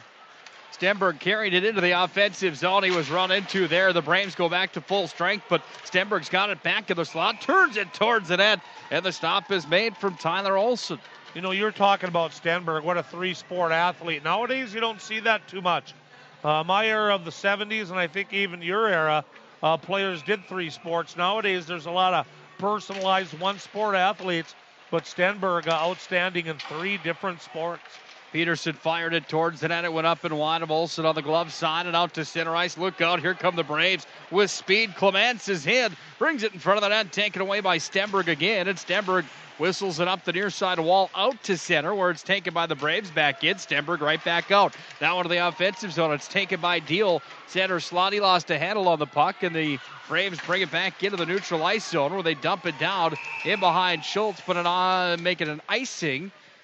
Here 43 seconds into the second, still 1-0 Magi. Well, the contact and the hitting hasn't stopped yet. This last just 43 seconds so far this period, we've had a couple of huge hits.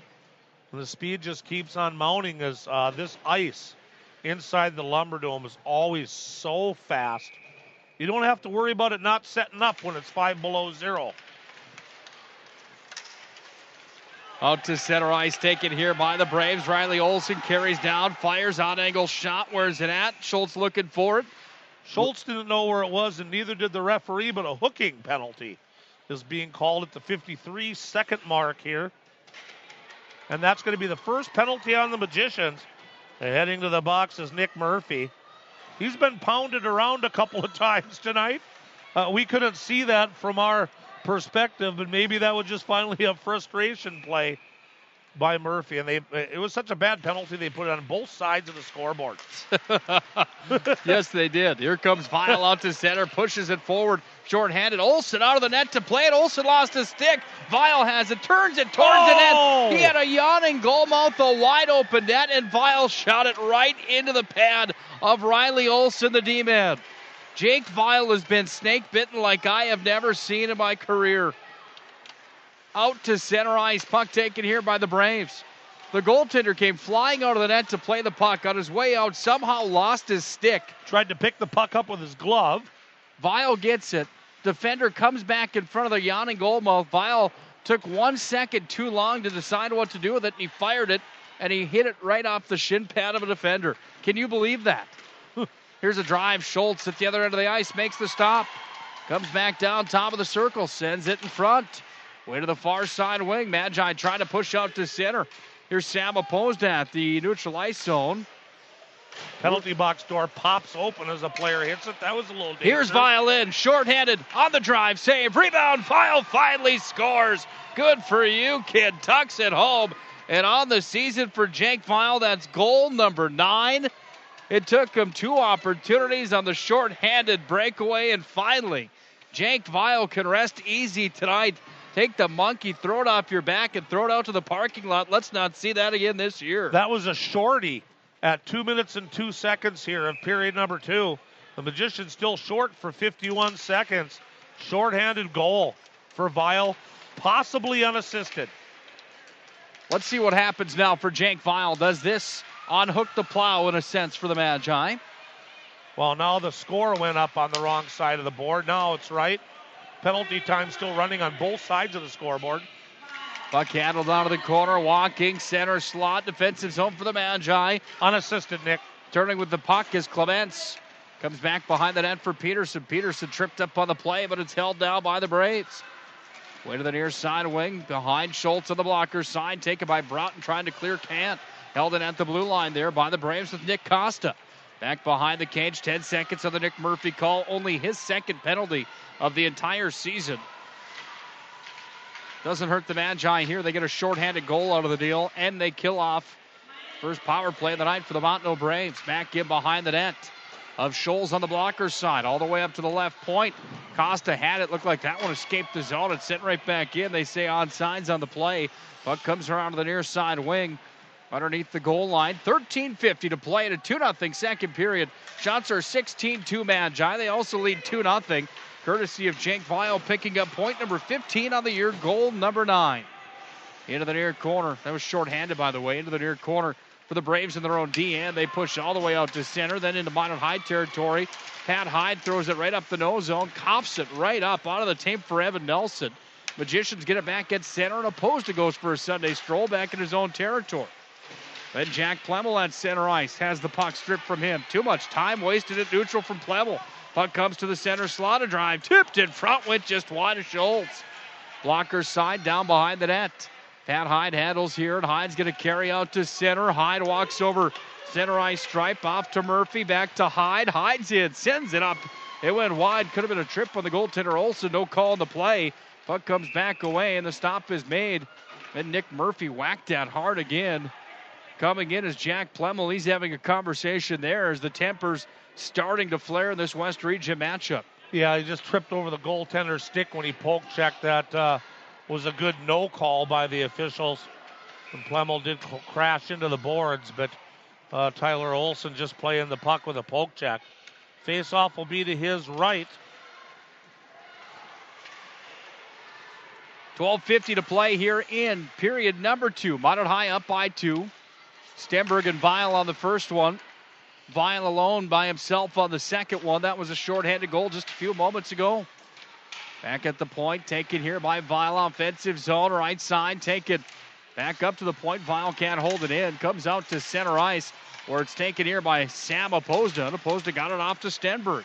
And the puck's taken away here by the Braves and up through neutral ice. It's Ian Amsbaugh, the freshman, firing in. Schultz makes the stop. Schultz is really fighting the puck bad right now. Yeah, he didn't know where that one went either. So puck goes away to the blocker's side. Taken underneath the net. Handled here by the Braves. This is Wyatt Hawkinson, the stop in the play, and we're going to have a penalty coming. It's an elbowing call. And who's this on? Looks like Sam Opposed. 4:52 the time of the penalty. And Opposed for the elbow. And for the second time this period, the Magicians are shorthanded. 12 minutes, 8 seconds to play here in the second. We haven't even given you the West Region stats yet here tonight due to our Planet Pizza pregame show being cut short due to some technical difficulties up here in the booth. Drive on goal. Schultz makes a pad save off the attempt. That was a bomb from the line from Alex Hoffert. Hoffert's got it back, drops it down, top of the circle. Stick save there from Schultz. Puck's back in behind the net. It's worked away here from Tanner Lord, and Lord brings it back away to the near side wing where the Magi try to push out to center. They do with Peterson. Peterson tried to free it up to Philly, and it hopped over his stick, and it goes all the way down into the offensive corner where Nick Costa's on it with Philly and right on top of him. Now the puck held in at the line by Nick Murphy. Murphy run into by Costa. They scrum for it. Near side half wall.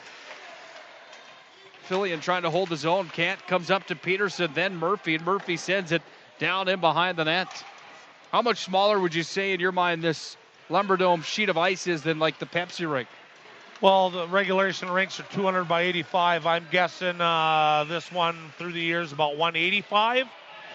I would think 185 probably by 75 would be my guess. So about 15 feet less in length and probably at least 5 feet narrower. It used to be old wood 2x4s and 2x6s here for the boards. Now they do have the real hockey boards. One-timer back to the point from Amsbaugh. Delivered it off to Riley Olsen. Olsen had a howitzer that was kicked aside by Scholes and out of the offensive zone for the Magi. Here's a shot coming in. Brent Davis sends that one up off the blocker. Shorthanded for the next 41 seconds of the Magi. Lost his stick again for the second time tonight. Puck comes back away into the offensive zone. Ian Amsbaugh, 17 points on the year for the freshman. He's pinned up on the far wall, taken here by Hertz. He'll launch it.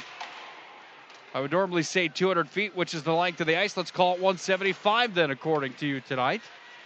Puck comes out to center. Taken by Hertz again. Fluttering puck right up in the neutral ice zone. Drop down, comes back onto the tape here for Patrick Hyde, and Hyde delivers back through center. Here's Haberman. He's got Hyde with him. Haberman turns it towards the net, and the stop is made from Olsen. Full strength Magicians. Puck comes back up to Pyle inside the blue line. Snake bitten as of late. Got himself a shorthanded goal here in the middle frame. Back through center ice, now into the offensive zone. Pat Hyde takes it in. Hyde throws it in front.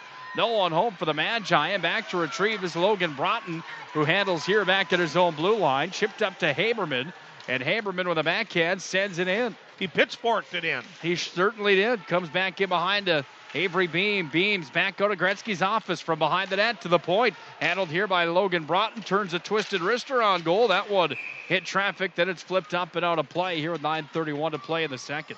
Boy, I'm impressed on how the Braves have been able to stay with the Magicians up here. They're Dave Hoff's club, having a pretty good game. Of course, the shorthanded goal was the killer that made it 2-0. Outside of that, pretty good effort by the Braves tonight. Shots are 11-20 in favor of the Magi. They also lead in this contest 2-0. Delayed offsides here on the Magi. It's touched up here by the Braves, and Kyler Oden brings it in, fires it towards Schultz, and Schultz will glove it and hang tight to it. So the face-off will come to the right of the Magician netminder, Kyle Schultz. 9 minutes, 17 seconds remaining. The second period, if you're just joining us from the Community Arena in Bottineau, with the Magicians up currently 2-0. 9:17 to play in the middle frame. As Larry mentioned, puck comes back in behind the net to Pat Hyde, away to the near side wing. Out to center ice, Avery Beam connects there with Hunter Cope, who's in. Cope tried to make it fancy, carries it in, stop is made, then Olsen, the netminder, run into. He might be in some pain as he took a leg right between his own legs. Riley Wyshynski, his own teammate, crashed into him. The net pegs here are only about, I'd say, about 2 to 3 inches long. They just put a little hole in the ice and then put the pegs in. And so the nets do come off quite often here. Face off to the right of Tyler Olsen as he is now regrouped and ready to go. Pat Hyde has it at the line, sends it into the offensive zone. It's taken here by the Braves, and back behind the net is Hawkinson. Hawkinson trying to clear, held in by Plemmel at the point, worked it across to Patrick Hyde, and Hyde sends it down below the net. Thrifty White Drug intermission report coming up in 8 minutes and 40 seconds. Then we'll get the West Region and East Region standings, our state's top producers. Maybe we can even talk Larry into telling us the story about how the Rabbit ended up in the press box, one of his most recent visits here to the Lumber Dome. Offensive zone on the blocker side of Olsen. Puck freed by the Braves. They push to center.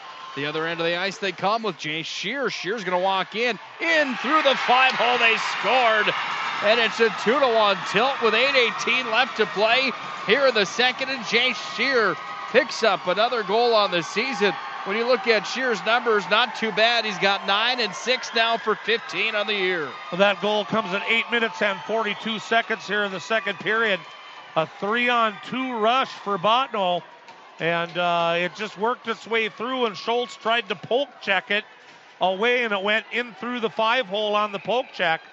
And a whole new game here now with the Magicians' lead cut in half. Weil off the draw, sends it to the near side wing over to Logan Broughton. Back away it comes over to Tatum Hertz. Moved in ahead forward. Offensive zone down for the Braves. They carry in. Shifted towards the net. That one rolled through the blue paint and just wide. You heard the Lumber Dome. It's at volume now. They all go, oh. Puck comes back to center. Here's Deal in over the blue line. Deal turns it towards the net. Oh, look out. Deal was absolutely creamed on the far side. That was a big boy hit that came flying in from Alex Hoffert. Deal comes back to lay the wood on Hanlon. Puck fired in from center. Boy, they scored that goal, and it's all of a sudden like they turned the energy level in this venue from 0 to 60. Yeah, and the crowd can do a lot here in the rink, Nick. It gets very loud and excitable for the team. Offensive zone, Broughton in, turns it towards the net, missed on the glove side. No assist was announced on that goal by skater number 15, Hawkinson. Puck comes into the near side corner. Offensive zone for the Magi. This is the blocker side of Olsen. Puck taken here by the Braves. They're going to push it up to neutral. The leg call coming on Haberman. And now back to the power play. The Braves have some more life with 7:05 to play in a 2-1 game. Minot high up by a goal, but the Braves now to the power play. 9:55 will be the time of that penalty on Haberman. That's the third straight call on the Magicians here in the second period. 2 penalties in the first period, both on Bottineau. And the Magicians may be getting themselves in a little bit of trouble here at the Dome. Here comes Patrick Hyde, shorthanded. Hyde carries it in, then he's interrupted there by Alex Hoffert. Hoffert and Hyde into the end wall. They collide heavily, and the puck is taken by the Braves with real estate to center. Now comes back away to the near side wing into the offensive zone for the Magi, courtesy of Nick Murphy. Murphy's in, turns it towards the net. Waffle board save, and a huge one there from the netminder Olsen. Well, the Magicians, when they're attacking on this power play, just have to make sure that they don't get in too far to where the Braves are going to get an odd man rush. The Magicians have to remember they're in the box right now, and they're supposed to be playing the box. Sometimes the defensemen getting a little too excited. Hang on tight, Lumberdome not disappointing tonight in this old school rivalry. Minot High and Bottineau Rugby tonight. The Magi up by 1 goal. 2-1 the score. Jay Shear most recently scored for Bottineau to cut the deficit to 1. They're back in. A drive comes in to the glove side of Schultz. It went wide. It's set up underneath the net. Now pounded around to the far side wall. Back underneath Schultz on the glove side. It comes up to the point. Holding the line there, moving it back away to the near wing. Underneath the net for the Braves. Puck comes back away from Jay Shear. Onto his forehand, up to the point. Cross from Amsbaugh, tattooed into the zone. Back behind Schultz. Puck comes back in front of the net, that time from Peterson. Peterson moved it out to center. There's Brent Davis out with Hunter Cope. Haven't seen a whole bunch from Brent Davis tonight. Puck taken at center ice.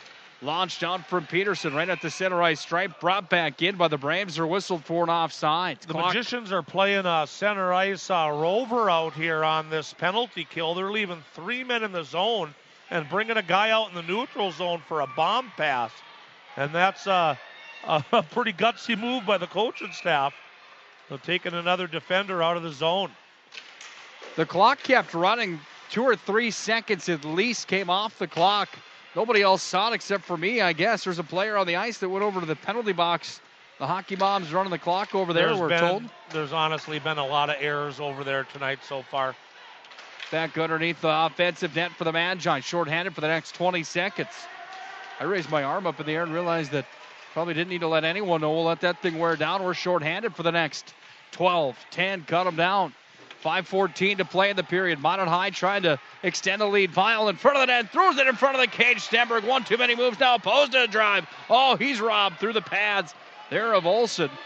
The Magicians trying to make it look fancy on their penalty kill as it goes back to 5-on-5 as the puck pushed out to center by the Braves. One too many chances for one too many thoughts maybe for the Magi on that opportunity in front of the net.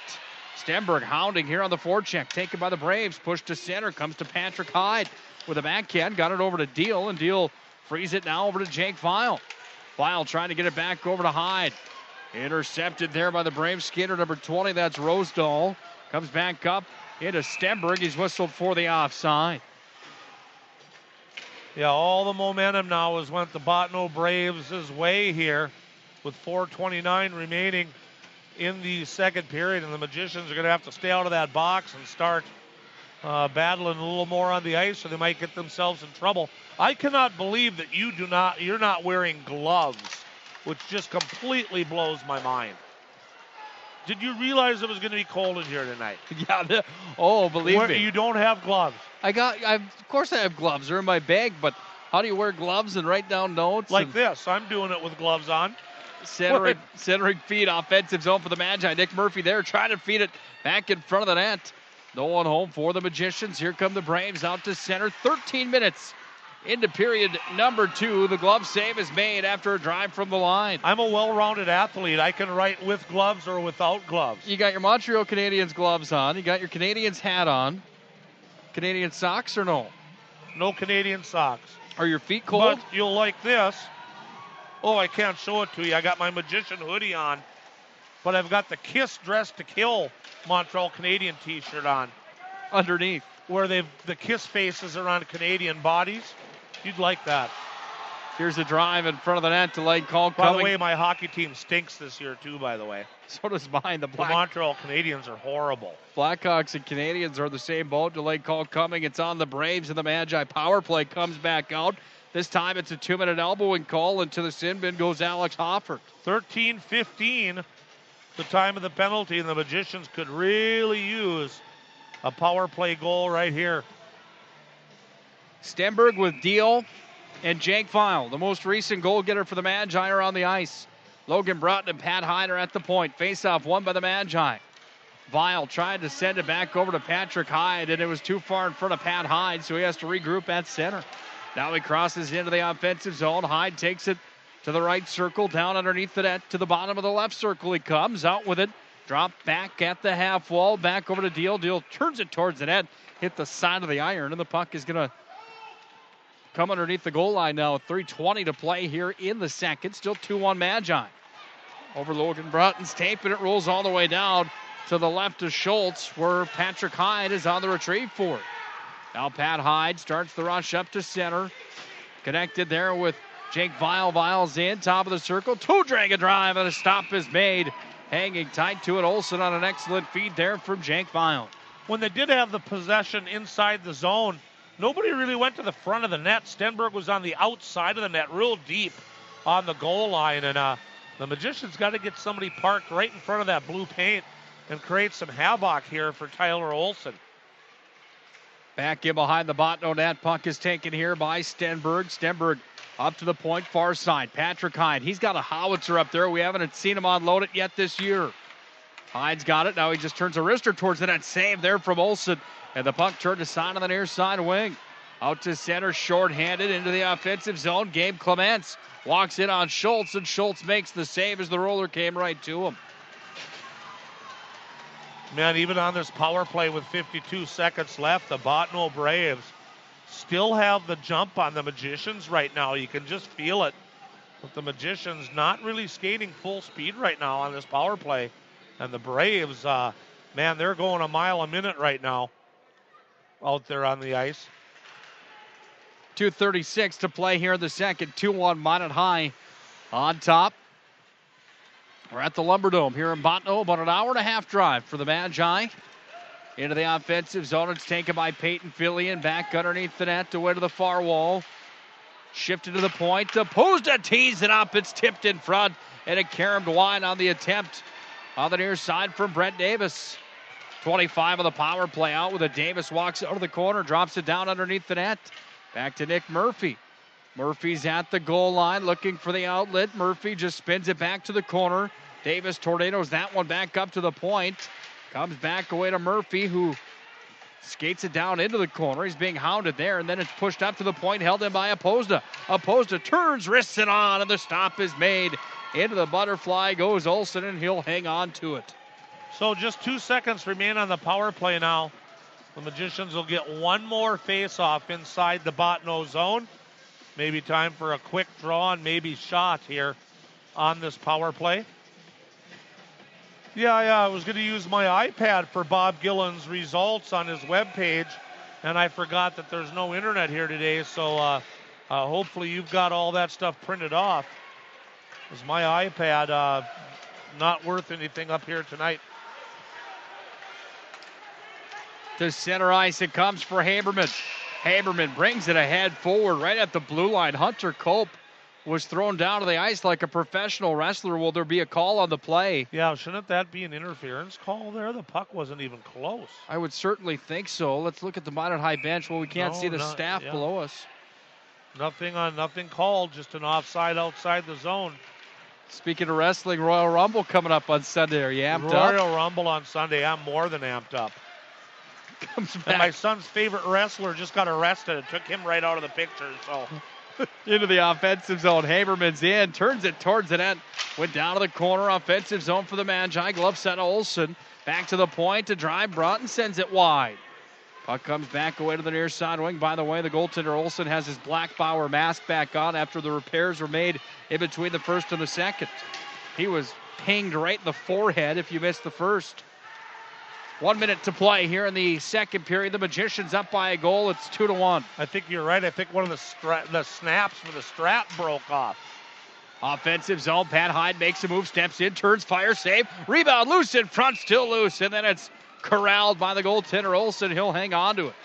Hyde got a chance at his own shot on the rebound, but Riley Rubchinski, the son of Lumberjack head coach, made sure that he did not give Hyde a third shot. Face off to the left now of Tyler Olsen with 42 seconds remaining here in period 2. Deals in on the draw. He goes up against number 19 on the other side. That's Clements.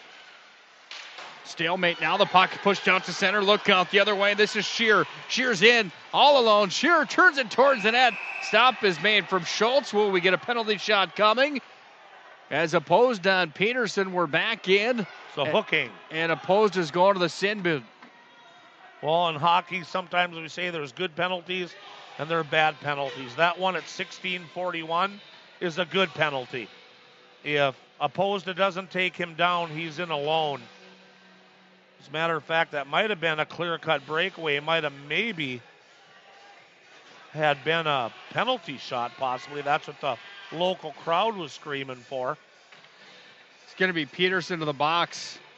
That's what I thought it initially was. Then opposed kind of went over that way. Then they both... Oh, okay, it's Peterson. I'm sorry. Come back to the bench. I told you opposed because that's what I thought it was.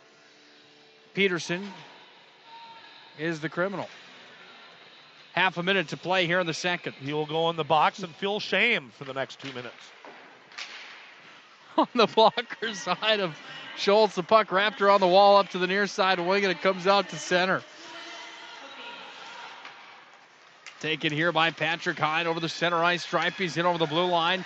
Turned over at the stripe, but it comes back over to Stenberg. Then this one Hail Married all the way down the length of the ice. Cut him down, kid. 6'5", 4'3". Plenty to talk about in between periods. Thrifty White Drug Intermission Report is next. We'll take a gander around the state of North Dakota. Are you going to be willing to share that story, the rabbit, up in the press box with you guys? Yeah, I'll share any story you want me to share. We've got our G, our PG, our R, and, well, that's all we got. I'm sure it is. 2-1 at the end of 2. Minot High leads this one tonight. They're in a dogfight, though, with the Bottineau Rugby Braves. Shots are 29-15. Vile and Stenberg for the Magi. Shear for the Braves.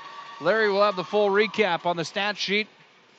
We'll hear from our sponsors now. Minot High up by a goal. This is Minot High Magicians Hockey.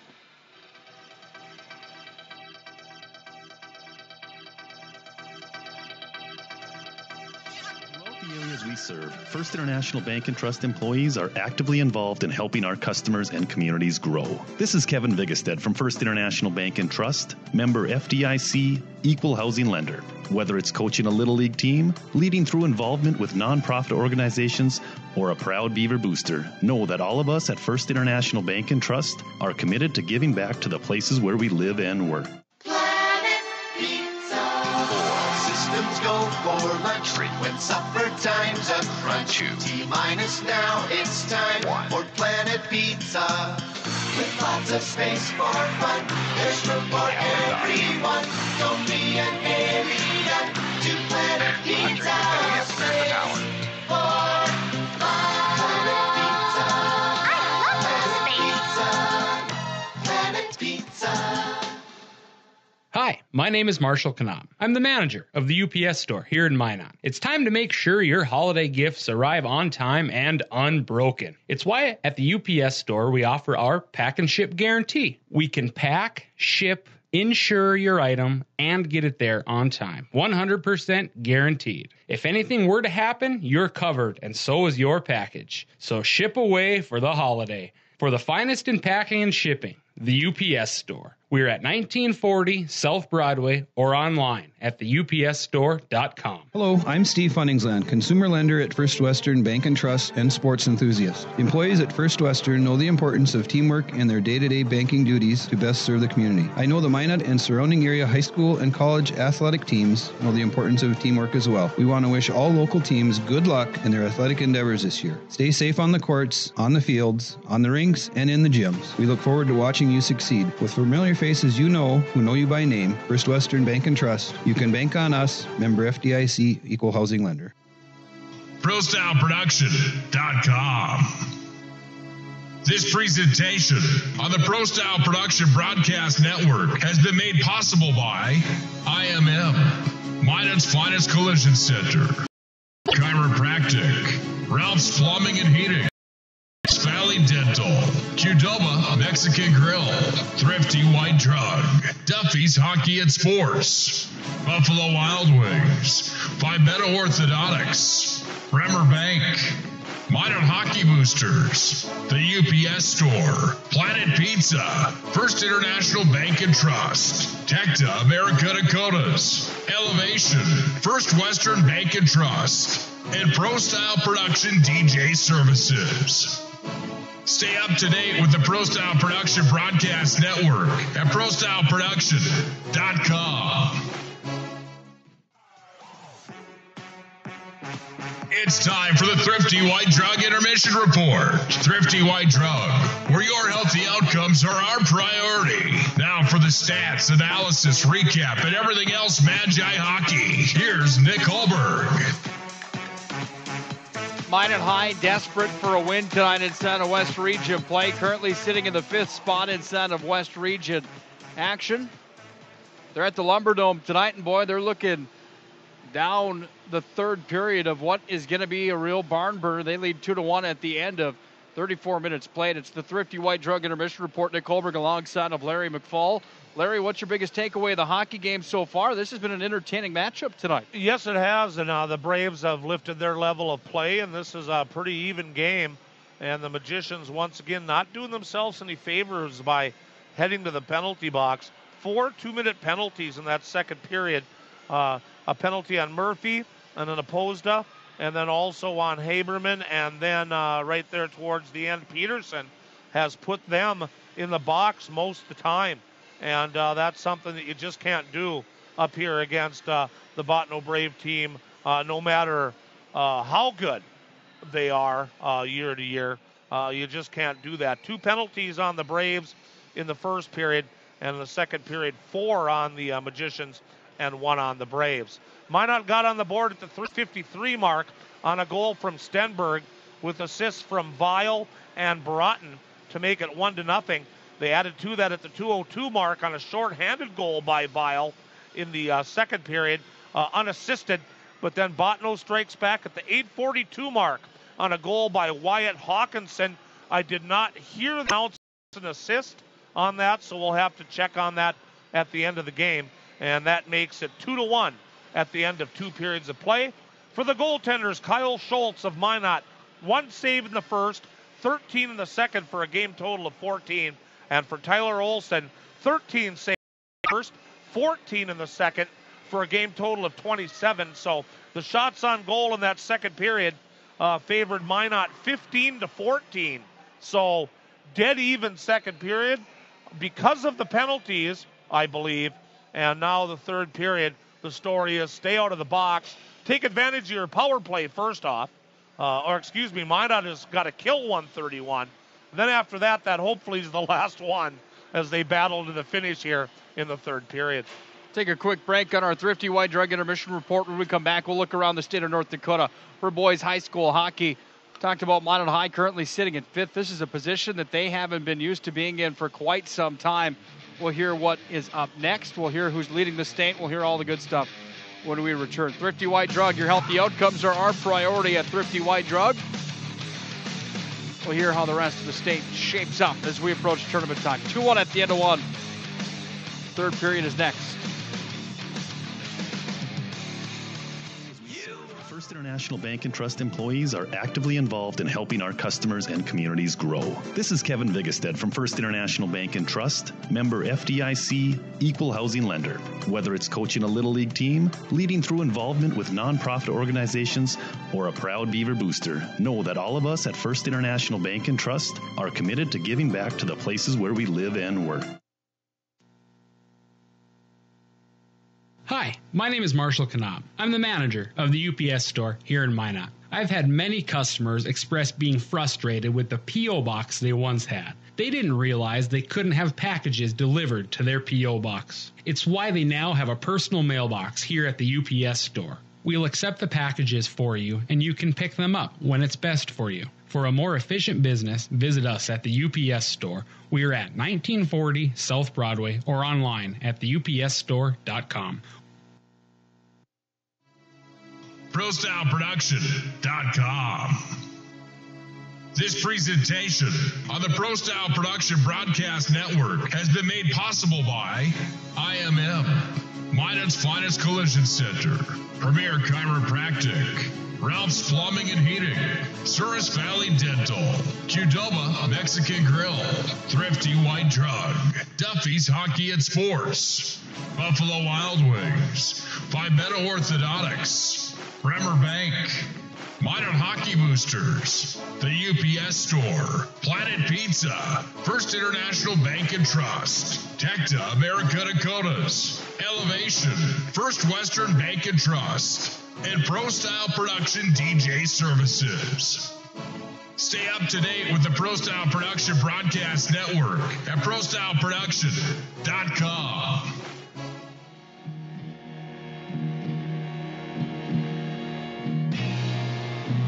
17 minutes remains in tonight's West Region affair with the Bottineau Rugby Braves and your Minot High Magicians.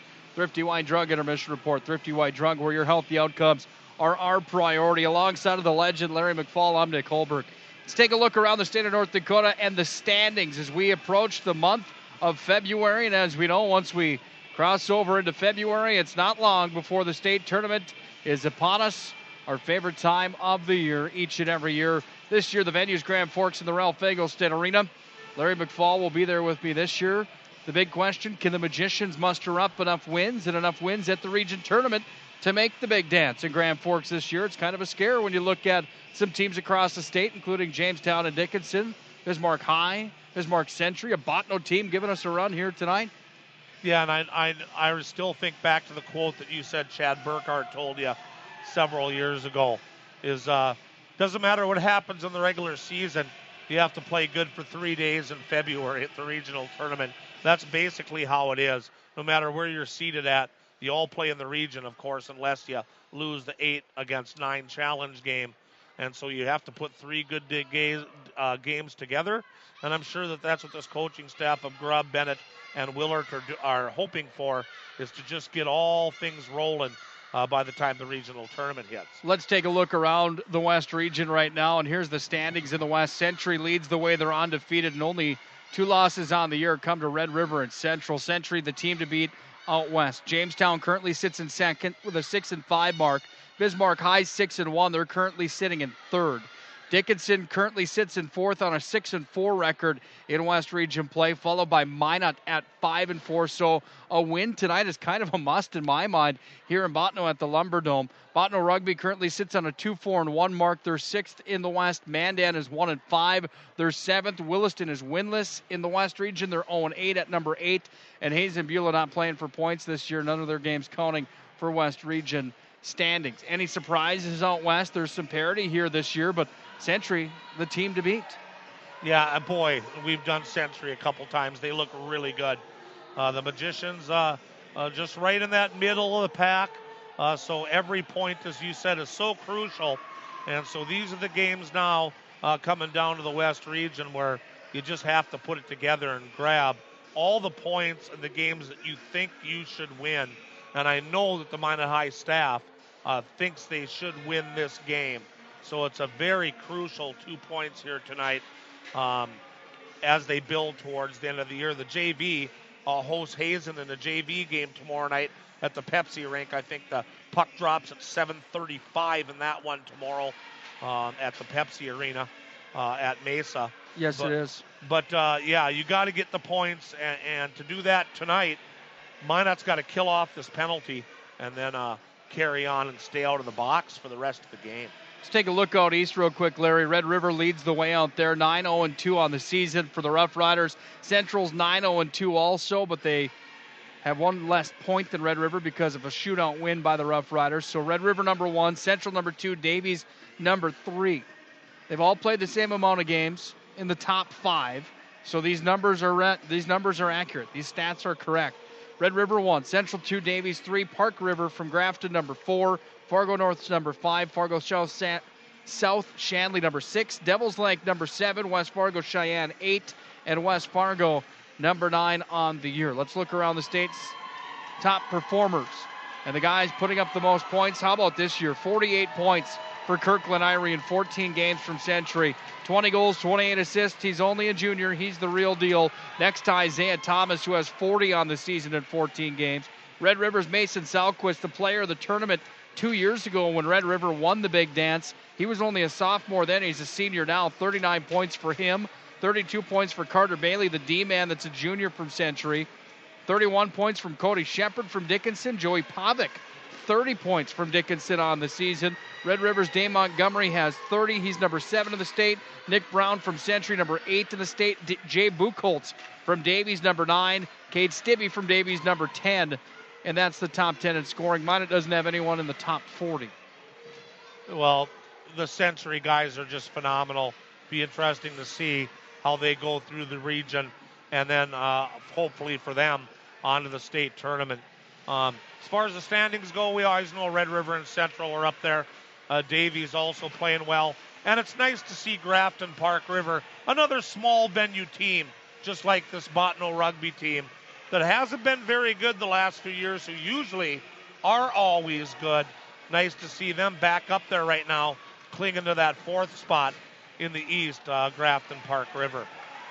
Third period is upon us. Minot High, and the goaltender Schultz, that got the start tonight, is in the blue paint to the left. Olsen in the blue paint to the right for the Bottineau Braves. 17 minutes on the third period score clock. 2-1. Magi have the lead, courtesy of Deal and Stenberg. By the way, everyone goes in to warm up, all the Minot fans, all the Bottineau fans. We can't go in and warm up, so we're hitting the endurance record up here tonight in the booth.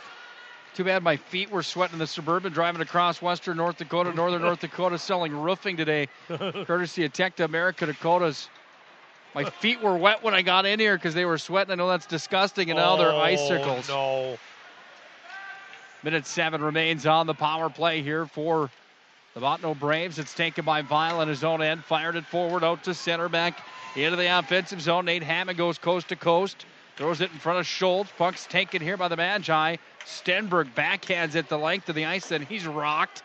Comes all the way back in behind Olsen, and Olsen leaves it back in behind the net, a foot off the boards. 45 seconds on the Bottineau power play. 16-10 to play here in a 2-1 third period. The Braves are down by the goal. Taken here on the far side wall. D-zone for the Magi, taken by Hunter Cope, and a hard wrist shot. Fired off the sideboards, comes all the way down in on the net. Oh, boy. Olsen made that look easy. That was kind of a wicked shot, almost a shot on goal. Kind of like a game of pool sometimes here in the Lumberdome. With the angles off the sideboards, they bounce. Fired out to center ice into the offensive zone down for Wyatt Hawkinson. Game's goal getter for Bottineau. Fires one off the glove of Schultz. Puck taken away here by Ian Amsbaugh, the freshman. Works it across the blue line. Amsbaugh out for a Sunday stroll now. Takes it off the near side board. Full strength. The Magi are at full strength after the hooking call, and Peterson concludes. Then the puck goes up and out of play here with 15-19 to play in the third. Okay, so the penalty kill by the Magicians. Now 15-19 remains in regulation.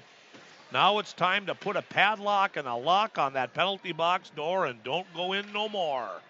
I think it's time for you to tell us about how the Rabbit ended up in the press box up there 10 years ago. I tell you what, it wasn't a pretty sight. I can't remember how many years ago it was, but yeah, we'll get to that.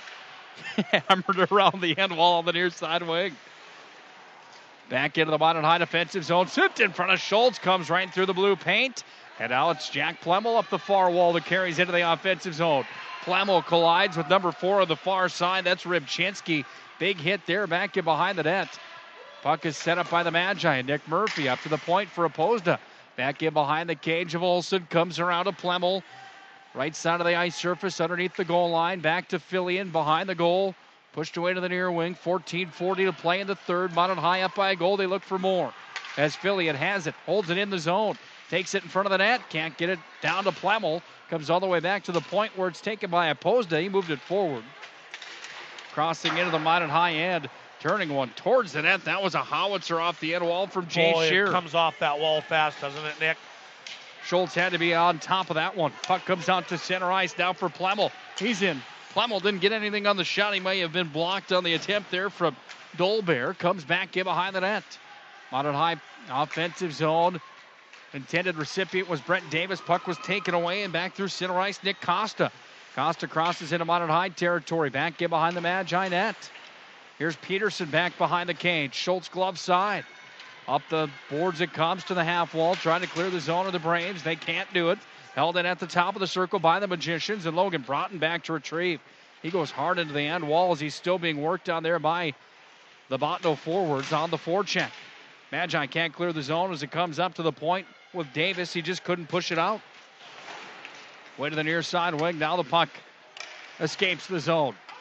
Blake Nelson in with it for the Magi. Nelson tried to make a fancy move. Now Bergerud takes it down to the far corner. This is the first we've seen this line tonight. A drive comes in. The stop is made from Olsen with the left pad. 13:19 to play here in the third. Centering feed back up to the point. Broughton just sends this one down in behind the net to the blocker side. Trying to clear the zone of the Braves. They can't quite do so. Now they can.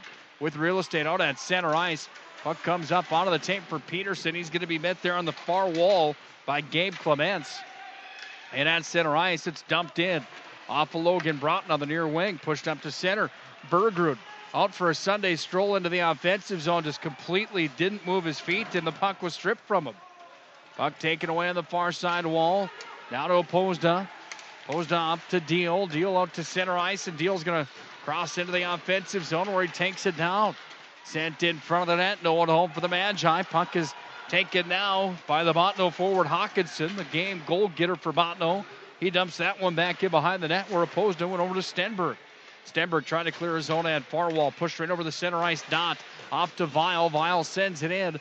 Olsen makes a stick save, and Olsen turned it aside. Star of the game tonight, undoubtedly, the Bottineau goaltender. He's stopped 27 of 29 so far. Weil back in with it. Turns it towards the net. Another glove save there from Olsen. Puck comes away to the near side wall, out to center ice. Braves with control. They move it ahead forward. Jake Weil has it back. Weil pushed it across his own DN. Back over to Patrick Hyde. Hyde throws it to the no zone to nobody. Puck comes away to the near wall for Amsbon. Amsbon's underneath the net in the blocker side of Scholes.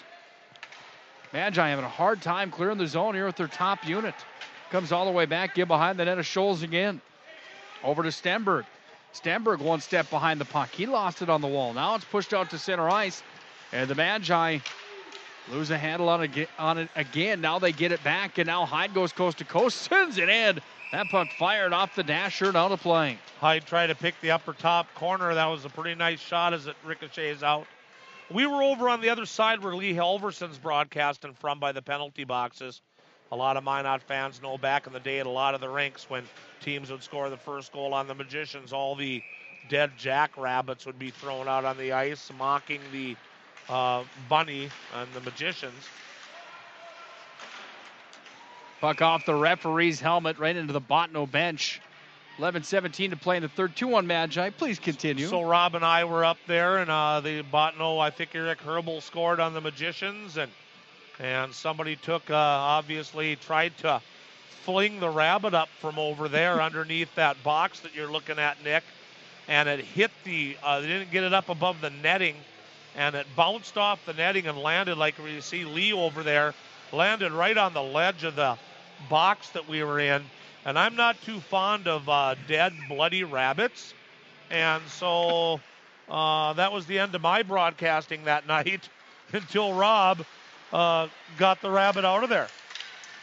Almost landed right on your lap then. I wouldn't be here right now if that would have happened, because I would have freaked out and jumped out of the box and probably broke my neck, and I wouldn't be here years later. So, yeah, it was just a horribly bad throw by the person that had the rabbit. Peterson fired one towards the net. Olsen made the save. 10:47 to play in the third. 2-1 Minot High with the lead tonight. Will we see any rabbits on the ice in this West Region tilt? It's been a while since we have. No, that doesn't happen anymore, unfortunately. Since they brought a member of PETA into every rink every year to watch stuff like that. Hunter Culp moved it ahead forward. Then it's taken at center ice and dumped right back in. Schultz on the glove side. Bump pass up now to Bergerud. Bergerud moves it ahead forward. Comes across the neutral ice zone. Puck is handled here by the Braves. In with it. Drive, save, rebound in front of the net. They have scored. It's 2-1. My, oh my, on the back doorstep. It's Gabe Clements. And we've got a 2-2 hockey game with 10:09 to play in the third. How do you like this, Larry? 13th point of the year for Gabe Clements, his biggest of the season. That goal comes at 6 minutes and 51 seconds here of period 3. Clements gets the goal. We'll wait for the assist. And this is exactly what the Magicians didn't want.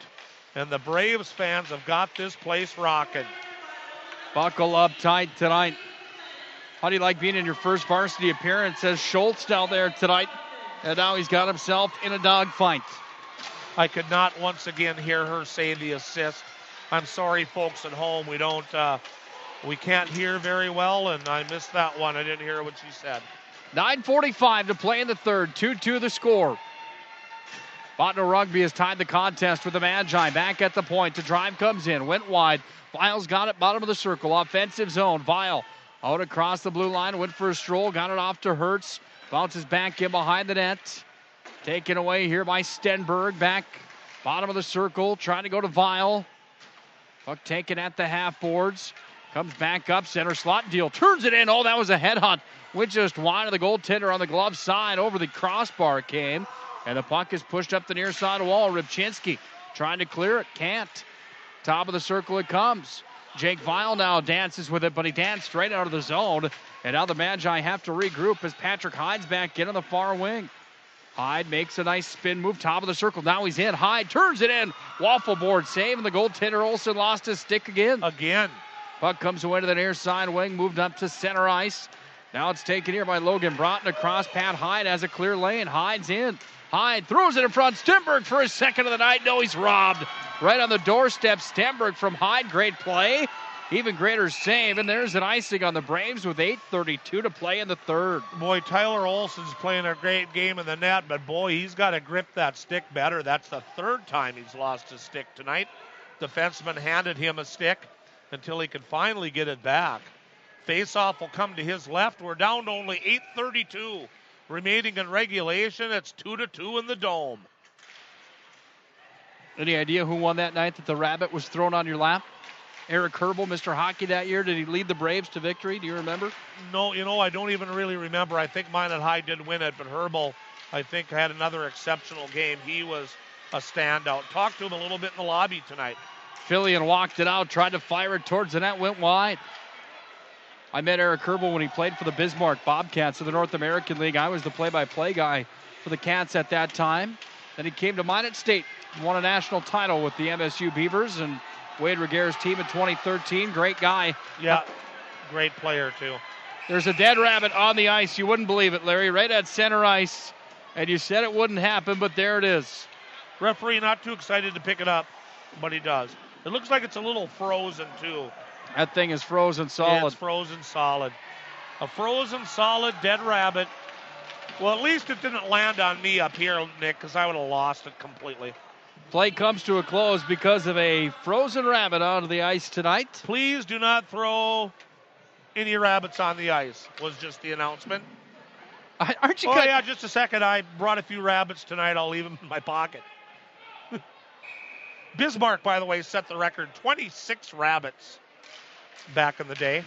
Hyde at the line. Howitzer came in, but wide on the glove side. Taken now by Stenberg. Back up. Deal center slot. Turns it. Fires a crossbar. Is it in the net? Deal raised his arms to celebrate. Then the goaltender was run into and poked by Opposda. And no goal judges, so it's all up to the referees. I think it was a solid crossbar hit. 35 shots tonight. Face off to the left now. If you're listening to this at home, this is no baloney. It's almost unbelievable, but the Magicians pulling the rabbit out of the hat. Drive, save, rebound, shot on. Olsen makes the stop. No, those are the Bottineau fans that pulled the rabbit out of the hat. Minot High has the mascot of the bunny at center ice. That's where that whole thing comes from, throwing the rabbit onto the ice. But since that tying goal by Bottineau, the Magicians have been all over Tyler Olsen as they have hit the nitro, and now the Magicians are all over him.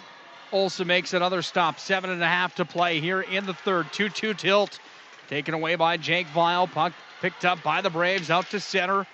Crossing over the neutral ice zone now for Bottineau. It's taken away by Vial. Vial puts way too much on the pass to Stenberg. Now Vial back in with it. Vial center slot. Turns it and fires it. Went wide on the blocker side. He might have maybe got a stick on that one, Nick. Taken back in behind the net.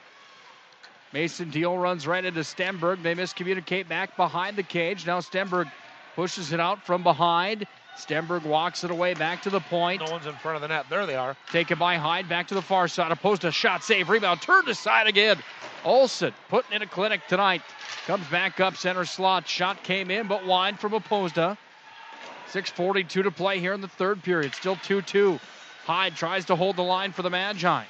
Vial has it on the near side wing. Hyde holds it in again on the blue line on the right side. Hyde's going to skate it down to the corner. Hyde back in behind the net. Dropped it back out of the tape for Stenberg. Right in the dot on the glove side. Stenberg back to the point. Now to the far point. Opposed spins it down. Now Hyde's got it. He's at the half boards. Hyde being run into over there with Rybczynski. They go toe-to-toe. Sent in front. Stenberg has it. Turns it. Oh, he's wide open, and he fired it wide on the glove side. 6:06 to play in the third. The Braves ice it down. Magi are pressuring. Yeah, they are. They definitely are. That whole time after I said that, it was in the zone the whole time. And it still is with 6:03 remaining in the third. Magicians doubling up the shots on goal at 38-19. But struggling to try to get that third goal. Off the draw on the glove side. 6 on the dot to play in the third period. Here come the Braves with Amsbaugh trying to clear. It's Fillion that holds it. Fillion takes it down top of the circle. Puck taken now by Haberman, and a power play coming. You've got to be kidding me. Tripping the call on Peyton Fillion, and the power play comes back out for the Braves. Here with 5:50 to play in the third period. Hang on tight. 11:10 will be the time of the penalty on Fillion. It's a trip. And the faceoff will come all the way down now to the left of Kyle Schultz, and this is crunch time for the Magicians. Schultz blocker side is the face-off home. 5:50 left on the clock. Shots are 38-19 Magi. We're deadlocked at 5. Puck taken by the Magi. Short-handed. They got one earlier tonight with Vial. He handles here and carries into the zone. Vial back in front. Sternberg runs right into the goaltender after he fans on the shot that went wide. Nets off its moorings. And Stenberg has words for the referee tonight. Almost another shorty. Vial to Stenberg again. Yeah, Stenberg thinks he might have maybe got sticked a little bit there as he was trying to do the one-timer on that pass. A very well-executed 2-on-1. Stenberg not getting any wood on it at all. So the Magicians still shorthanded for 146, but the draw to the left of Olsen. Puck hammered off the boards, taken here by the Braves. They're going to control back in their own territory and set up shop with the power play. Out to center ice, they push it. This is Ian Amsbaugh. Amsbaugh goes coast to coast. Amsbaugh sends it in front of the net. They score. Amsbaugh sends it in front, and Alex Hardy tucks it home on the power play. Can you believe what we're seeing? 5:21 left in the third, and the Bottineau Rugby Braves lead 3-2, courtesy of Ian Amsbaugh, setting up Riley Olsen for his 11th of the year. That goal comes at 11:39 here in the third period for the Braves. And on the power play, they've taken the scoreboard says 5-2. It's 3-2. And the Magicians now with 5 minutes and 21 seconds to try to tie this back up.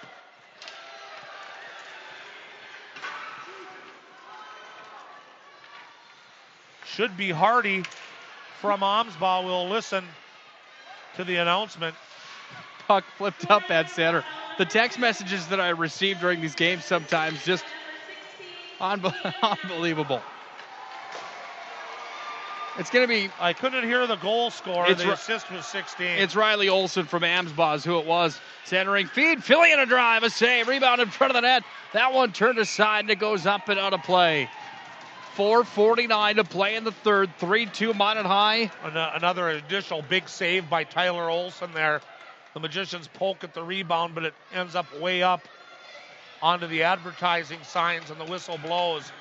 4:49 remaining here. Period 3. Minot High trailing in this one. It's been a while since Bottineau Rugby has had a win against the Magi. You got to go back to the Harrison Aid days. They've done it then, but it's been quite some time. Can they do it tonight? They're in the driver's seat. They're ahead by a goal with under 5 to play. They're on their home ice here at the Lumber Dome in Bottineau, North Dakota. Into the offensive zone. Puck comes back to Patrick Hyde in his own DN. Hyde pushes it forward. Vile's got it. It's a 4-on-2 into the zone. Vile throws it right in front of the net. Loose in front of the cage. Drive, they scored. Comes in front of the net to the Magicians. Who is it down there? Brett Davis, I believe. Either Davis or Stenberg got that one. That comes at 12:40, a huge goal for the Magicians. Davis has scored, and we're tied at 3 aside with 4:20 to play in the third. On the 40th shot of the night, Brett Davis finds a solution. Boy, is it loud in here, Nick. I'm trying to hear these goals and assists, but it just blends in with all the noise. Referee gets in the way there. Keep trying. 7 points on the year for Brett Davis. That's a big one for the Magi. Here's the puck carried into the Minot. Stenberg with the goal. Minot High end. Vile and Davis with the assist on the goal from Stenberg, who slammed that in the front. Stenberg's second goal of the night for the Magicians. Puck taken here by Pat Hyde back in his own territory. Into the offensive zone with Nick Murphy. Top of the circle, lost a handle on it. Comes back up to Hyde. Didn't get anything on the dump-in attempt. The fluttering puck comes back all the way out to center ice, where it's going to be taken here by Plemmel. Plemmel off of Fillion, then to Murphy, but it's too far in front of him, so it comes back out to center ice. Fillion back in with it, makes a fancy move at the blue line, lost it. Puck pushed ahead forward. The roller comes all the way down into Magi territory. Icing waved off. Peterson launches it up to neutral ice. Amsbaugh's going to carry back in. He has to wait to touch up onside. 3 minutes, 10 seconds to play in the third. We've had it all tonight. 3-3 the score. Shots are 40-21 Magi. Bottineau took the lead moments ago. Minot High got the game tired. Now they look for the game leader. Here's a drive. Peterson from the line. He's robbed with the glove. Boy, that was a nice pass across the slot. Right over to Peterson at the top of the circle to the right of Olson, and just fired a wrister. But Olson makes the save and hangs on. Let's see if either one of these coaches elect to use their timeouts here soon. 2:57 remaining in regulation play. Can't believe right after the Larry McFall rabbit story, we have a rabbit sighting on the ice tonight. Unbelievable. Back at the far point, Minot High offensive zone to the near point. It comes for Broughton. Shuffles it down to the corner, back in behind the net. Over to Peterson, now Stenberg. Stenberg rocked over there. Boy, was that a big boy hit again. Bottineau has laid the wood to the Magi tonight in the physicality department. That's what Dave Hoff said they had to do. Minot High came in here tonight. They had no idea what a train they were going to be running into each and every time they lifted their head in the corners. Offsides on the Braves. And this normally fast sheet of ice, it seems, it's crazy with it is cold in here, but it seems a little sticky right now, Nick. And the puck is sticking on both of these teams a little bit. I don't see how, but it's happening. Well, probably the most entertaining game we've got to call all year. Pat Hyde's in with an offensive zone, takes it down, top of the circle. Over to the corner it comes, up to Fillion. Tried to force it up the wall back to Hyde. He's met over there by two Braves. Puck comes, center slot. Fillion turns it and fires. Oh, that one hit traffic and it went up and out of play. You know, unfortunately with you this year, I'm 0 for 4. We have not won on the games that I broadcast with you. So if you're smart, you'll push me down this hole, down the steps, and get rid of me for the next game. Well, you had your chance. Here's a drive coming. Tipped in front of the net. Still loose. Loose in front of the net. Backhander. A drive. Went through the blue paint and wide. Puck comes back away to the top of the circle. Murphy back up to deal. Taken here by the Braves. They pushed to center. The Magicians celebrated like they scored. They did not, however. Puck goes back to Hyde, far side. Minute 48 remains in the contest. Hyde's in. He's over the blue line. Top of the circle. Hyde down low. Far side wing. Sends it in front. Fillion a drive. Nice. He scores. Fillion from Hyde, and it's 4-3. Boy, what a beautiful pass by Hyde. Nice and patient, waiting for Peyton Fillion. Fillion clacks the stick on the ice a couple of times. Says, give it to me. And Hyde did. And that goal comes at 15:20 here of period number 3. And the Magicians back on top with 1:40 remaining. And now Tyler Olson's going to have to get ready to make it to the bench. And there's a timeout for David Hoff. Peyton Fillion picking up goal number 2 on the season, point number 8. We'll take a break as well. Minot High up by a goal now. 4-3 with 1:40 to play in this one. This is Minot High Magicians Hockey. At Premier Chiropractic, we are dedicated to achieving the best results possible for our patients through the most cutting-edge advances in natural healthcare today. Improving movement, function, and health, improving life. Call to schedule your appointment today.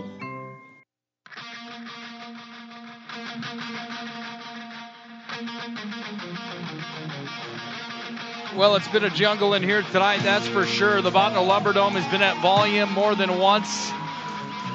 More than a few flurries tonight, we should say. Good crowd on hand. The BHS chant starts to come alive. 4-3. The Magi have just taken the lead on Peyton Fillion, second of the year from Patrick Hyde on a beautiful feed in front of the net. What do the Magi need to do here, Larry, to hang on to a win tonight? Well, you can't sit back and play not to lose. I've seen a lot of teams do that. You have to stay aggressive. The Magicians have been all over them, forcing the play. They have to keep on doing that. Don't go into a defensive shell. It never seems to work. Hang on tight. Can the Magi get a win tonight and pick up a much-needed win inside a region play? It would be a 6-4 record for the Magi coming out. That's a lot better than 5-5 heading into tournament time and in the rest of their schedule approaching. 1:20 to play in regulation. The Braves pressure Minot High territory. Puck's back behind the Magi cage. Hyde's over there trying to free it to Stenberg. Bottom of the circle, puck comes up. Hyde's got a glove on it. He takes it with real estate now behind the net of Schultz. First varsity start of the season and in the career for Schultz. The drive comes in, whistled up and over the head. Oh, bad giveaway. Kyle Schultz on James Gear's attempt. Shearer. That's empty, Nick. Robbed again. Drive comes in front of the Magi net. Taken by Stenberg, and he'll just launch this one all the way down the length of the ice. 50.4 seconds to play in the third. The Magi up by a goal. You normally would say don't ice it right there, but they were getting shelled so bad and they were giving the puck away. They finally decided to dump it. The bad news is with 50.4 seconds left is the Braves now operating 6-on-5. Have a face-off to the left of Schultz. Schultz glove hand, puck taken here by the Braves. They have control in the offensive territory. Puck spun away over to Hawkinson. Taken now by the Magi. Stenberg up to center. Weil has an empty net. Weil skates it. Oh, it's blocked. What a play from 26 on the other side, Alex Hoffert. Weil just had to lift it over the body of Hoffert. He couldn't do it. Back the other way. Ian Abrahamson, 25 seconds. I'm sorry. Amsbaugh the other way. Takes it back coast to coast. Ian Amsbaugh walks across, takes it back to the point, turns it and fires it. The shot off the blocker of Schultz. 13 seconds to play. Turns in front of the net, a drive, save, rebound. Amsbaugh, they scored. Oh my goodness. Right on the doorstep. The shot comes in. Ian Amsbaugh sets it up in front of the net. And Nick Costa, the senior D-man, has tucked one home. At 16:52. And the Magicians just couldn't get it out of the zone. Weil, bad break on not being able to score on that empty net. And with 8.7 seconds left, we have a tie hockey game. Face-off at center ice. Peyton Fillion in on the draw. Puck taken into the offensive zone. Here's the horn. 2 seconds, 1. Well, what do you think? Overtime tonight in the Lumberdome? Let's do it. We'll be back in just a moment to get you geared up for the extra frame. Did not hear that goal and assist at all. 4-4 at the end of regulation. This is Minot High Magicians Hockey.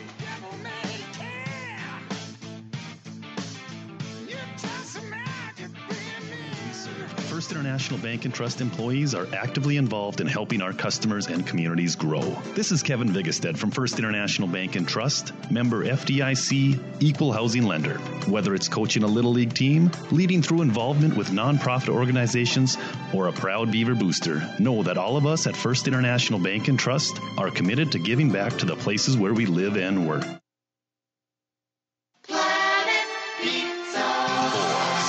Go for lunch, frequent supper time's a crunch. T-minus now, it's time for Planet Pizza. With lots of space for fun, there's room for everyone. Don't be an alien to Planet Pizza. Space for fun.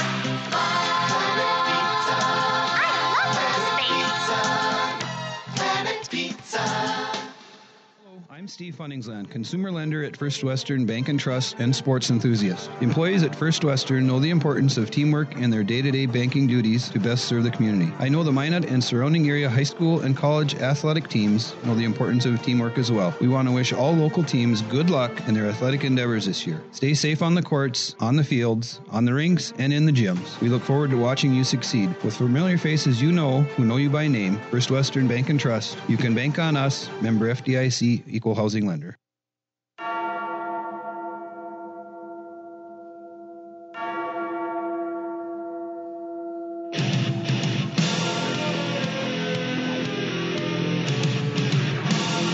Well, buckle up tight. Overtime is upon us. Almost in a native country of Canada. We're near the border up here in Bottineau at the Lumberdome. It's a rowdy atmosphere tonight. Larry, what do you got for us? 4-4 as we head to the extra frame. 3 goals by the Braves in that period to 2 for the Magicians makes the 4-4 tie.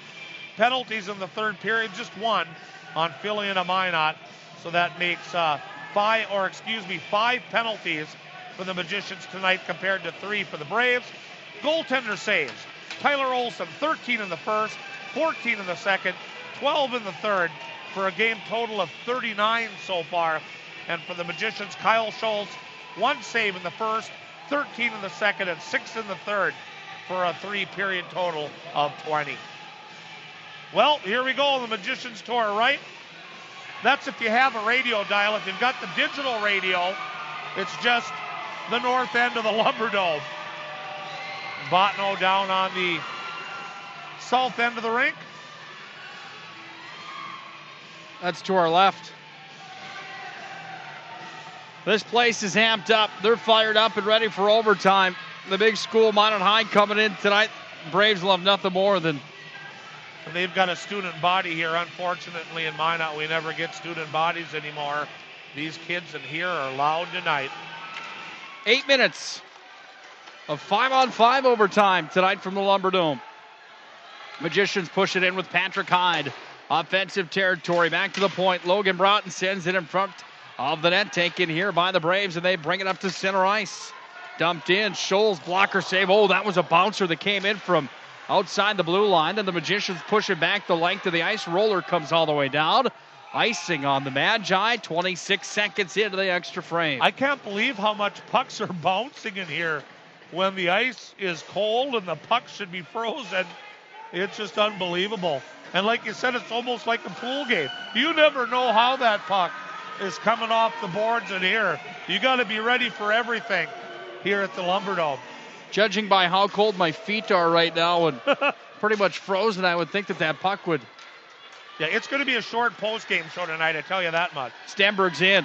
Turns it towards the net. That one goes up and off the glass. Up in the bleachers, seating the balcony seating, if you will, above the goal. Out of play. The last thing we needed was to work longer up here in overtime. So the post game is going to be short and sweet, as we don't even really know who scored that last goal for Bottineau. We could not hear. It's a big scrum in front of the net. Blocker side of the goaltender, Olsen. Busy tonight, I'll tell you who my star of the game is. That's the Bottineau goaltender into the offensive zone. Braves bring it back, a drive, stick save. Oh, that one from Riley Olsen. Right in on Schultz, and he turns it aside. Now Deal carries to the other end of the ice. Up the far wing, Deal coast to coast, sends it in. That one off the back of Olsen. It's on the back of the net to the stop of the play. Nice effort with one hand as the defenseman was all over him. That was a nice play. Tyler Olsen just takes his tendy stick and jams it up against the post and gets the whistle. Face-off coming on Olsen's glove hand side. He wears black and white CCM catching mitt.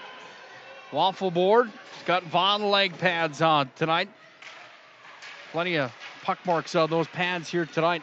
39 more of them to be exact after this contest so far. Peterson pinching in at the half boards. Brings it down. Tried to send it in front to Nick Murphy. Couldn't take it here by the Braves. And it's Oden that carries over center and fires it in. On Schultz glove hand side. Puck's down to the corner. Way to the far side. Taken here by Nick Murphy. He's hammered on the far side wall. Now the puck's out to center. Fillion on the forecheck. Taken away by the Braves, and they carry in. Now they dump it in. Taken by Opposed, who's got real estate off to Peterson. Peterson up the near wall. Now directly below us here for Mason Deal, and Deal dumps it in. You know how that cold affects the brain? It's unbelievable what happens when you freeze like that. Called Ian Amsbaugh, Ian Abrahamson on that last play in the goal scoring rush. Why do you have a brain freeze right now? I would say I do, yeah. One year I brought a space heater up here to make it nice and toasty, and it was about 60 degrees up here, and the ice was dripping off the roof. The only thing is it started a fire up here in the Lumber Dome. My old cord caught on fire, and we almost burnt the place down. 3-on-2 for the Braves. Back into Magi territory. Broughton, nice play at the blue line. Stacks it up and shuts them down. 6:05 to play here in overtime. Schultz was forced to make a blocker save. Minot High dumps it from one end of the ice to the other. There's an icing on the Magi and a face-off coming back on Kyle Schultz's blocker side. Magicians, well, once again, trying to hit that long pass did not work.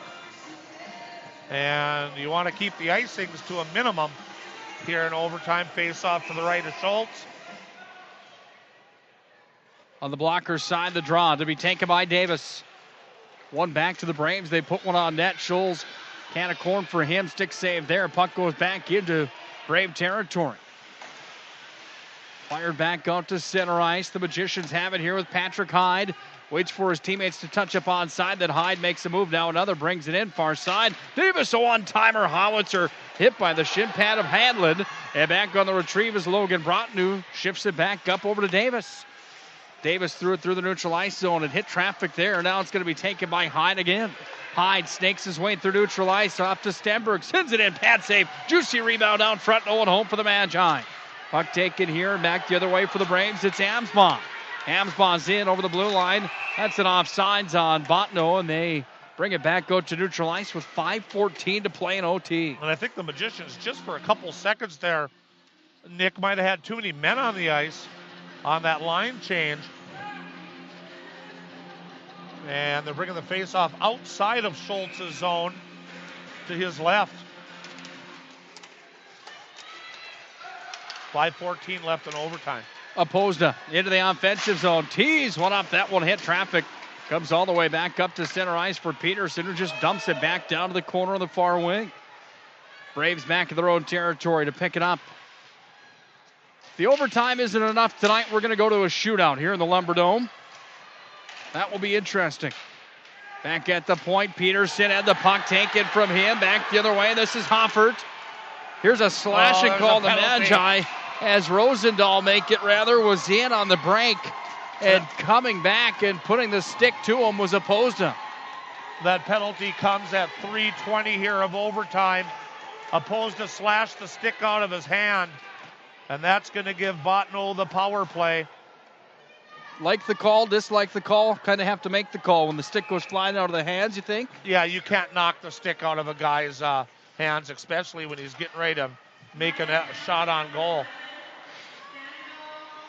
Puck underneath the net now for the Braves. They bring it back at the half wall, back to the point. Drive comes in, taken by the Magi. Here comes Vile. He's in, drops it back. Stenberg's in, fires it towards the goal. The goaltender flinched, but they were offsides.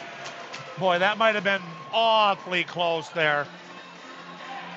Guess they deemed that Stenberg was just a little bit offside there. 1:45 left in the penalty to the Magicians. 4:25 left in overtime. The Magicians right now skating 4-on-5. Off the draw into Minot's defensive end. It's Hawkinson. He's got a goal tonight. Takes it back. Centering feet of drive. Oh, he sent it wide. Rebound. Shot save. Rebound. Schultz denies. Huge 2 players at the Schultz. doorstep. Oh, my goodness. Here's the drive coming from the line. Knocked down. It comes back away now to Hyde. Student section for Bottineau making some noise tonight as they, on the far wall, have been boisterous all night long. 1 minute, 15 seconds of power play time remains here in overtime for the Braves with 3:53 to play in the extra session. Out to center ice. Puck crossed over the neutral ice zone. Back on the retreat for the Magi. Stenberg had it stripped. Now it's going to be taken into the offensive zone. Top of the circle, walking down. Hyde makes a nice play defensively on Gabe Clements, but it's taken by the Braves far wall. Handled here by Hanlon. Hanlon fires one in. Stop is made. Back on the near side wing. 48 on the power play. Puck's at the point to drive a save. Rebound shot save. Loose in front of Schultz. Schultz grabs at it. He hangs tied to it. And a face-off comes on the senior netminder's glove side. Schultz has made a couple of big saves here in overtime on this penalty kill with this pad.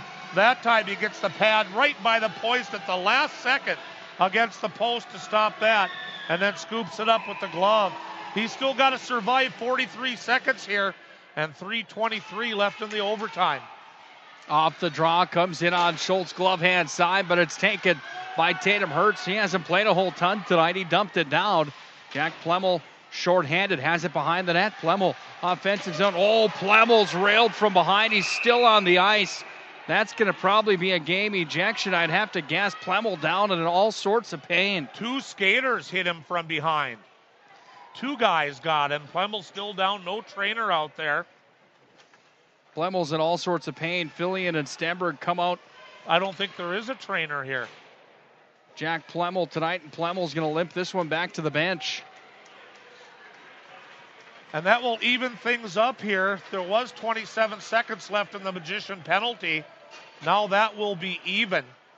And this penalty comes at 4:54 of overtime.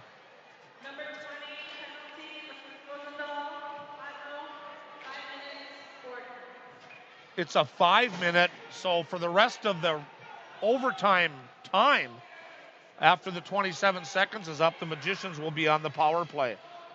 Landon Rosedal. 5-minute. And he got the gate. So serving the 25, Jesse Mattern, and he is gone. On the glove side. Tyler Olsen, we skate 4-on-4 for the next 24 seconds.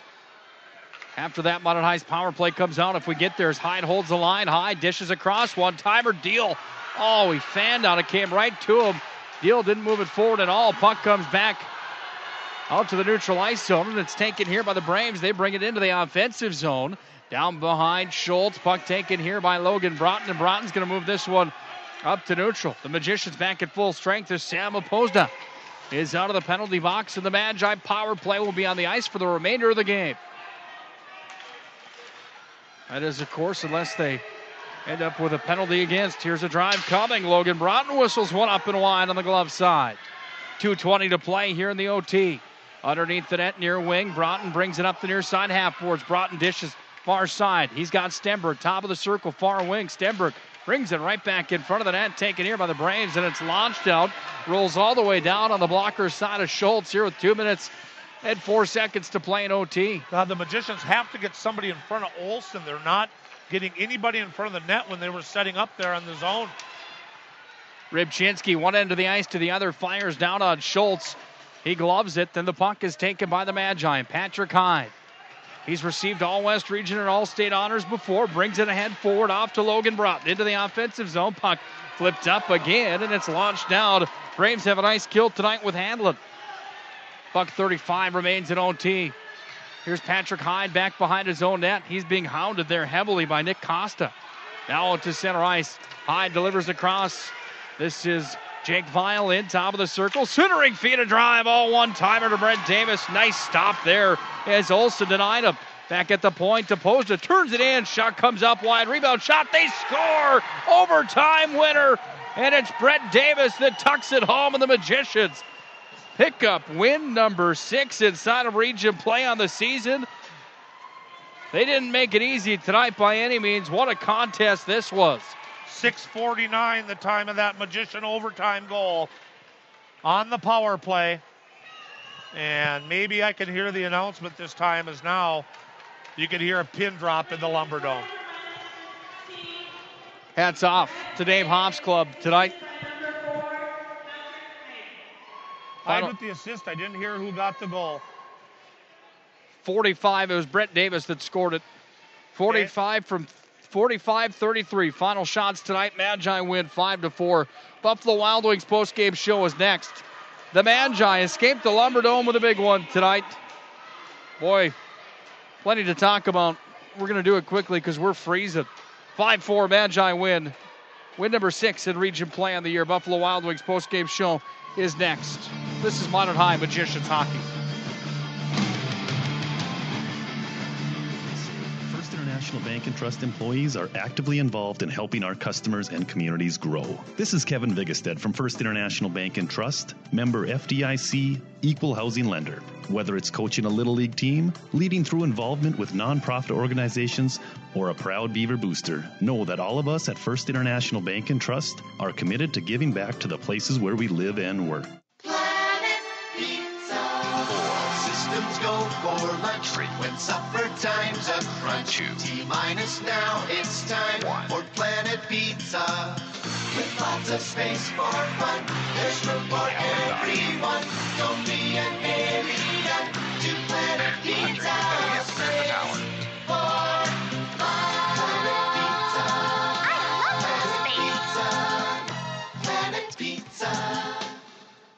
Hi, my name is Marshall Knop. I'm the manager of the UPS store here in Minot. It's time to make sure your holiday gifts arrive on time and unbroken. It's why at the UPS store we offer our pack and ship guarantee. We can pack, ship, insure your item, and get it there on time. 100% guaranteed. If anything were to happen, you're covered, and so is your package. So ship away for the holiday. For the finest in packing and shipping, the UPS store. We're at 1940 South Broadway or online at theupsstore.com. Hello, I'm Steve Funningsland, consumer lender at First Western Bank and Trust and sports enthusiast. Employees at First Western know the importance of teamwork in their day-to-day banking duties to best serve the community. I know the Minot and surrounding area high school and college athletic teams know the importance of teamwork as well. We want to wish all local teams good luck in their athletic endeavors this year. Stay safe on the courts, on the fields, on the rinks, and in the gyms. We look forward to watching you succeed. With familiar faces you know, who know you by name, First Western Bank and Trust, you can bank on us, member FDIC, equal housing lender.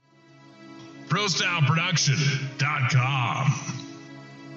This presentation on the Pro Style Production Broadcast Network has been made possible by IMM, Minot's Finest Collision Center, Premier Chiropractic, Ralph's Plumbing and Heating, Souris Valley Dental, Qdoba Mexican Grill, Thrifty White Drug, Duffy's Hockey and Sports, Buffalo Wild Wings, Pimento Orthodontics, Bremer Bank, Minot Hockey Boosters, the UPS Store, Planet Pizza, First International Bank and Trust, Tecta America Dakotas, Elevation, First Western Bank and Trust, and Pro Style Production DJ Services.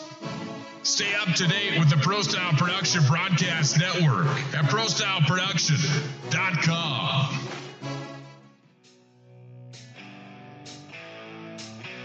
It's time for the Buffalo Wild Wings postgame show with the recap, stats, analysis, coaches' thoughts, Minot's Finest Collision Center stars of the game, and all the wing sauce you can handle. Let's return to the press box with Nick Hulberg. Be a fun one to celebrate tonight at Buffalo Wild Wings. Wings, beer, sports. B-Dub's good for lunch. Also, they have a lunch menu.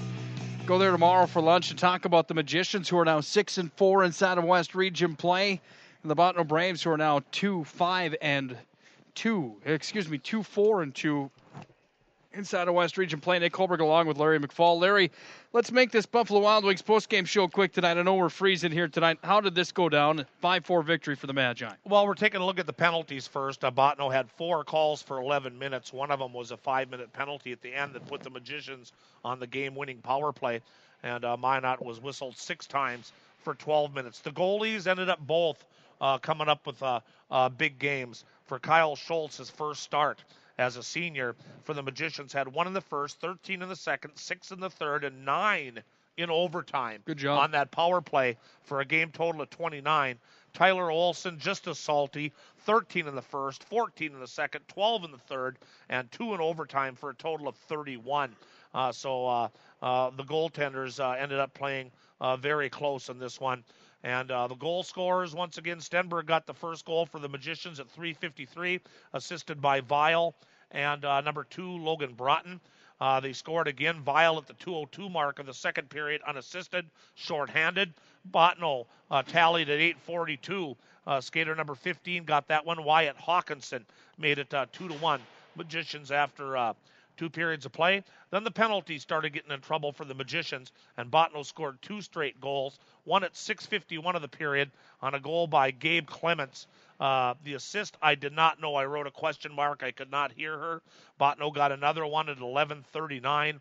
This time it was Alex Hardy with the goal on the assist from number 16, Amsbaugh, on a power play, and that put Bottineau ahead at that time, 3-2. The Magicians come back 59 seconds later at the 12:40 mark. Stenberg again on assists from skater number 16, Brett Davis, and number 18, Jake Weil, to even it up. And then Minot took the lead at 15:20 on a goal by Fillion, making up for his penalty that he took that got Bottineau a goal, and the assist from number 4, Patrick Hyde. But then Bottineau scored with 8 seconds left on the clock to tie it up. Did not hear the goal scorer. Amsbaugh got the assist. And then in overtime, after killing off a penalty and the goaltender coming up with 9 overtime saves, that was Schultz, the Magicians get a nice goal from Brett Davis on the assist from Patrick Hyde to pull out the win for the Magicians in a tight one here at the Dome, 5-4. It's time for the Minot's Finest Collision Center stars of the game. Minot's Finest Collision Center. We are Minot's Finest. Excuse me. Tough choice here tonight. 3 stars of the game. We've got 9 goals to report. 2 goaltenders that played pretty well. Larry, let's break down our 3 stars tonight. Who do you have at the number 3 spot? Well, at number 3, we picked Kyler Stenberg, even though it could have easily have went to the goaltender, Kyle Schultz, who didn't have much to do in the first period with 1 save, but after that he was fairly stellar. But we're going with Kyler Stenberg. He had 2 goals for the Magicians tonight, and his intensity and his he's always going full speed all the time, breaking up a lot of passes and stuff that are going into the Magician zone. Thought he played fairly well. The number 2 star we're giving to Bottineau's goalie, Tyler Olson, because early in the game, when Minot could have blown it open, he held down the fort good enough to where his teammates came back, tied the game, took the lead, and possibly even had a chance to win the game with his goaltending. And then the number 1 star tonight, we just got to go with the guy that scored the overtime winner. In a big game like this that you had to win, number 16, Brett Davis, the right place at the right time in overtime to score the goal that wins it for the Magicians. And, a much-needed 2 points for the Magicians tonight. Those are your Minot's Finest Collision Center stars of the game. Don't forget the Magi are at home with the JV matchup against Hazen tomorrow. That game time 7:30. We are on the road on Thursday. Minot High is at Mandan. Another big region matchup on Thursday night. We'll have the call for you on 1390 KRRZ and at ProStyleProduction.com. Planet Pizza pregame show starts for that one at 7:10 for the 7:30 start when Minot High visits Leaf Matson, the former Magician, who's now the head coach of the Mandan Braves. Larry, closing thoughts tonight. Minot High needed to win this one. They found a way to do it, and they did. Yeah, they did. They needed to win it, and they were the favorite team, and they did come out with the victory. But, hey, hats off to the Bottineau Rugby Braves. Boy, they played a great game. you can't hold anything against them. Dave Hoff always seems to get his team up for these games, and they played really well tonight and scored with 8 seconds to tie it, had the lead right before that. So no bad thoughts for Bottineau as they played an excellent game.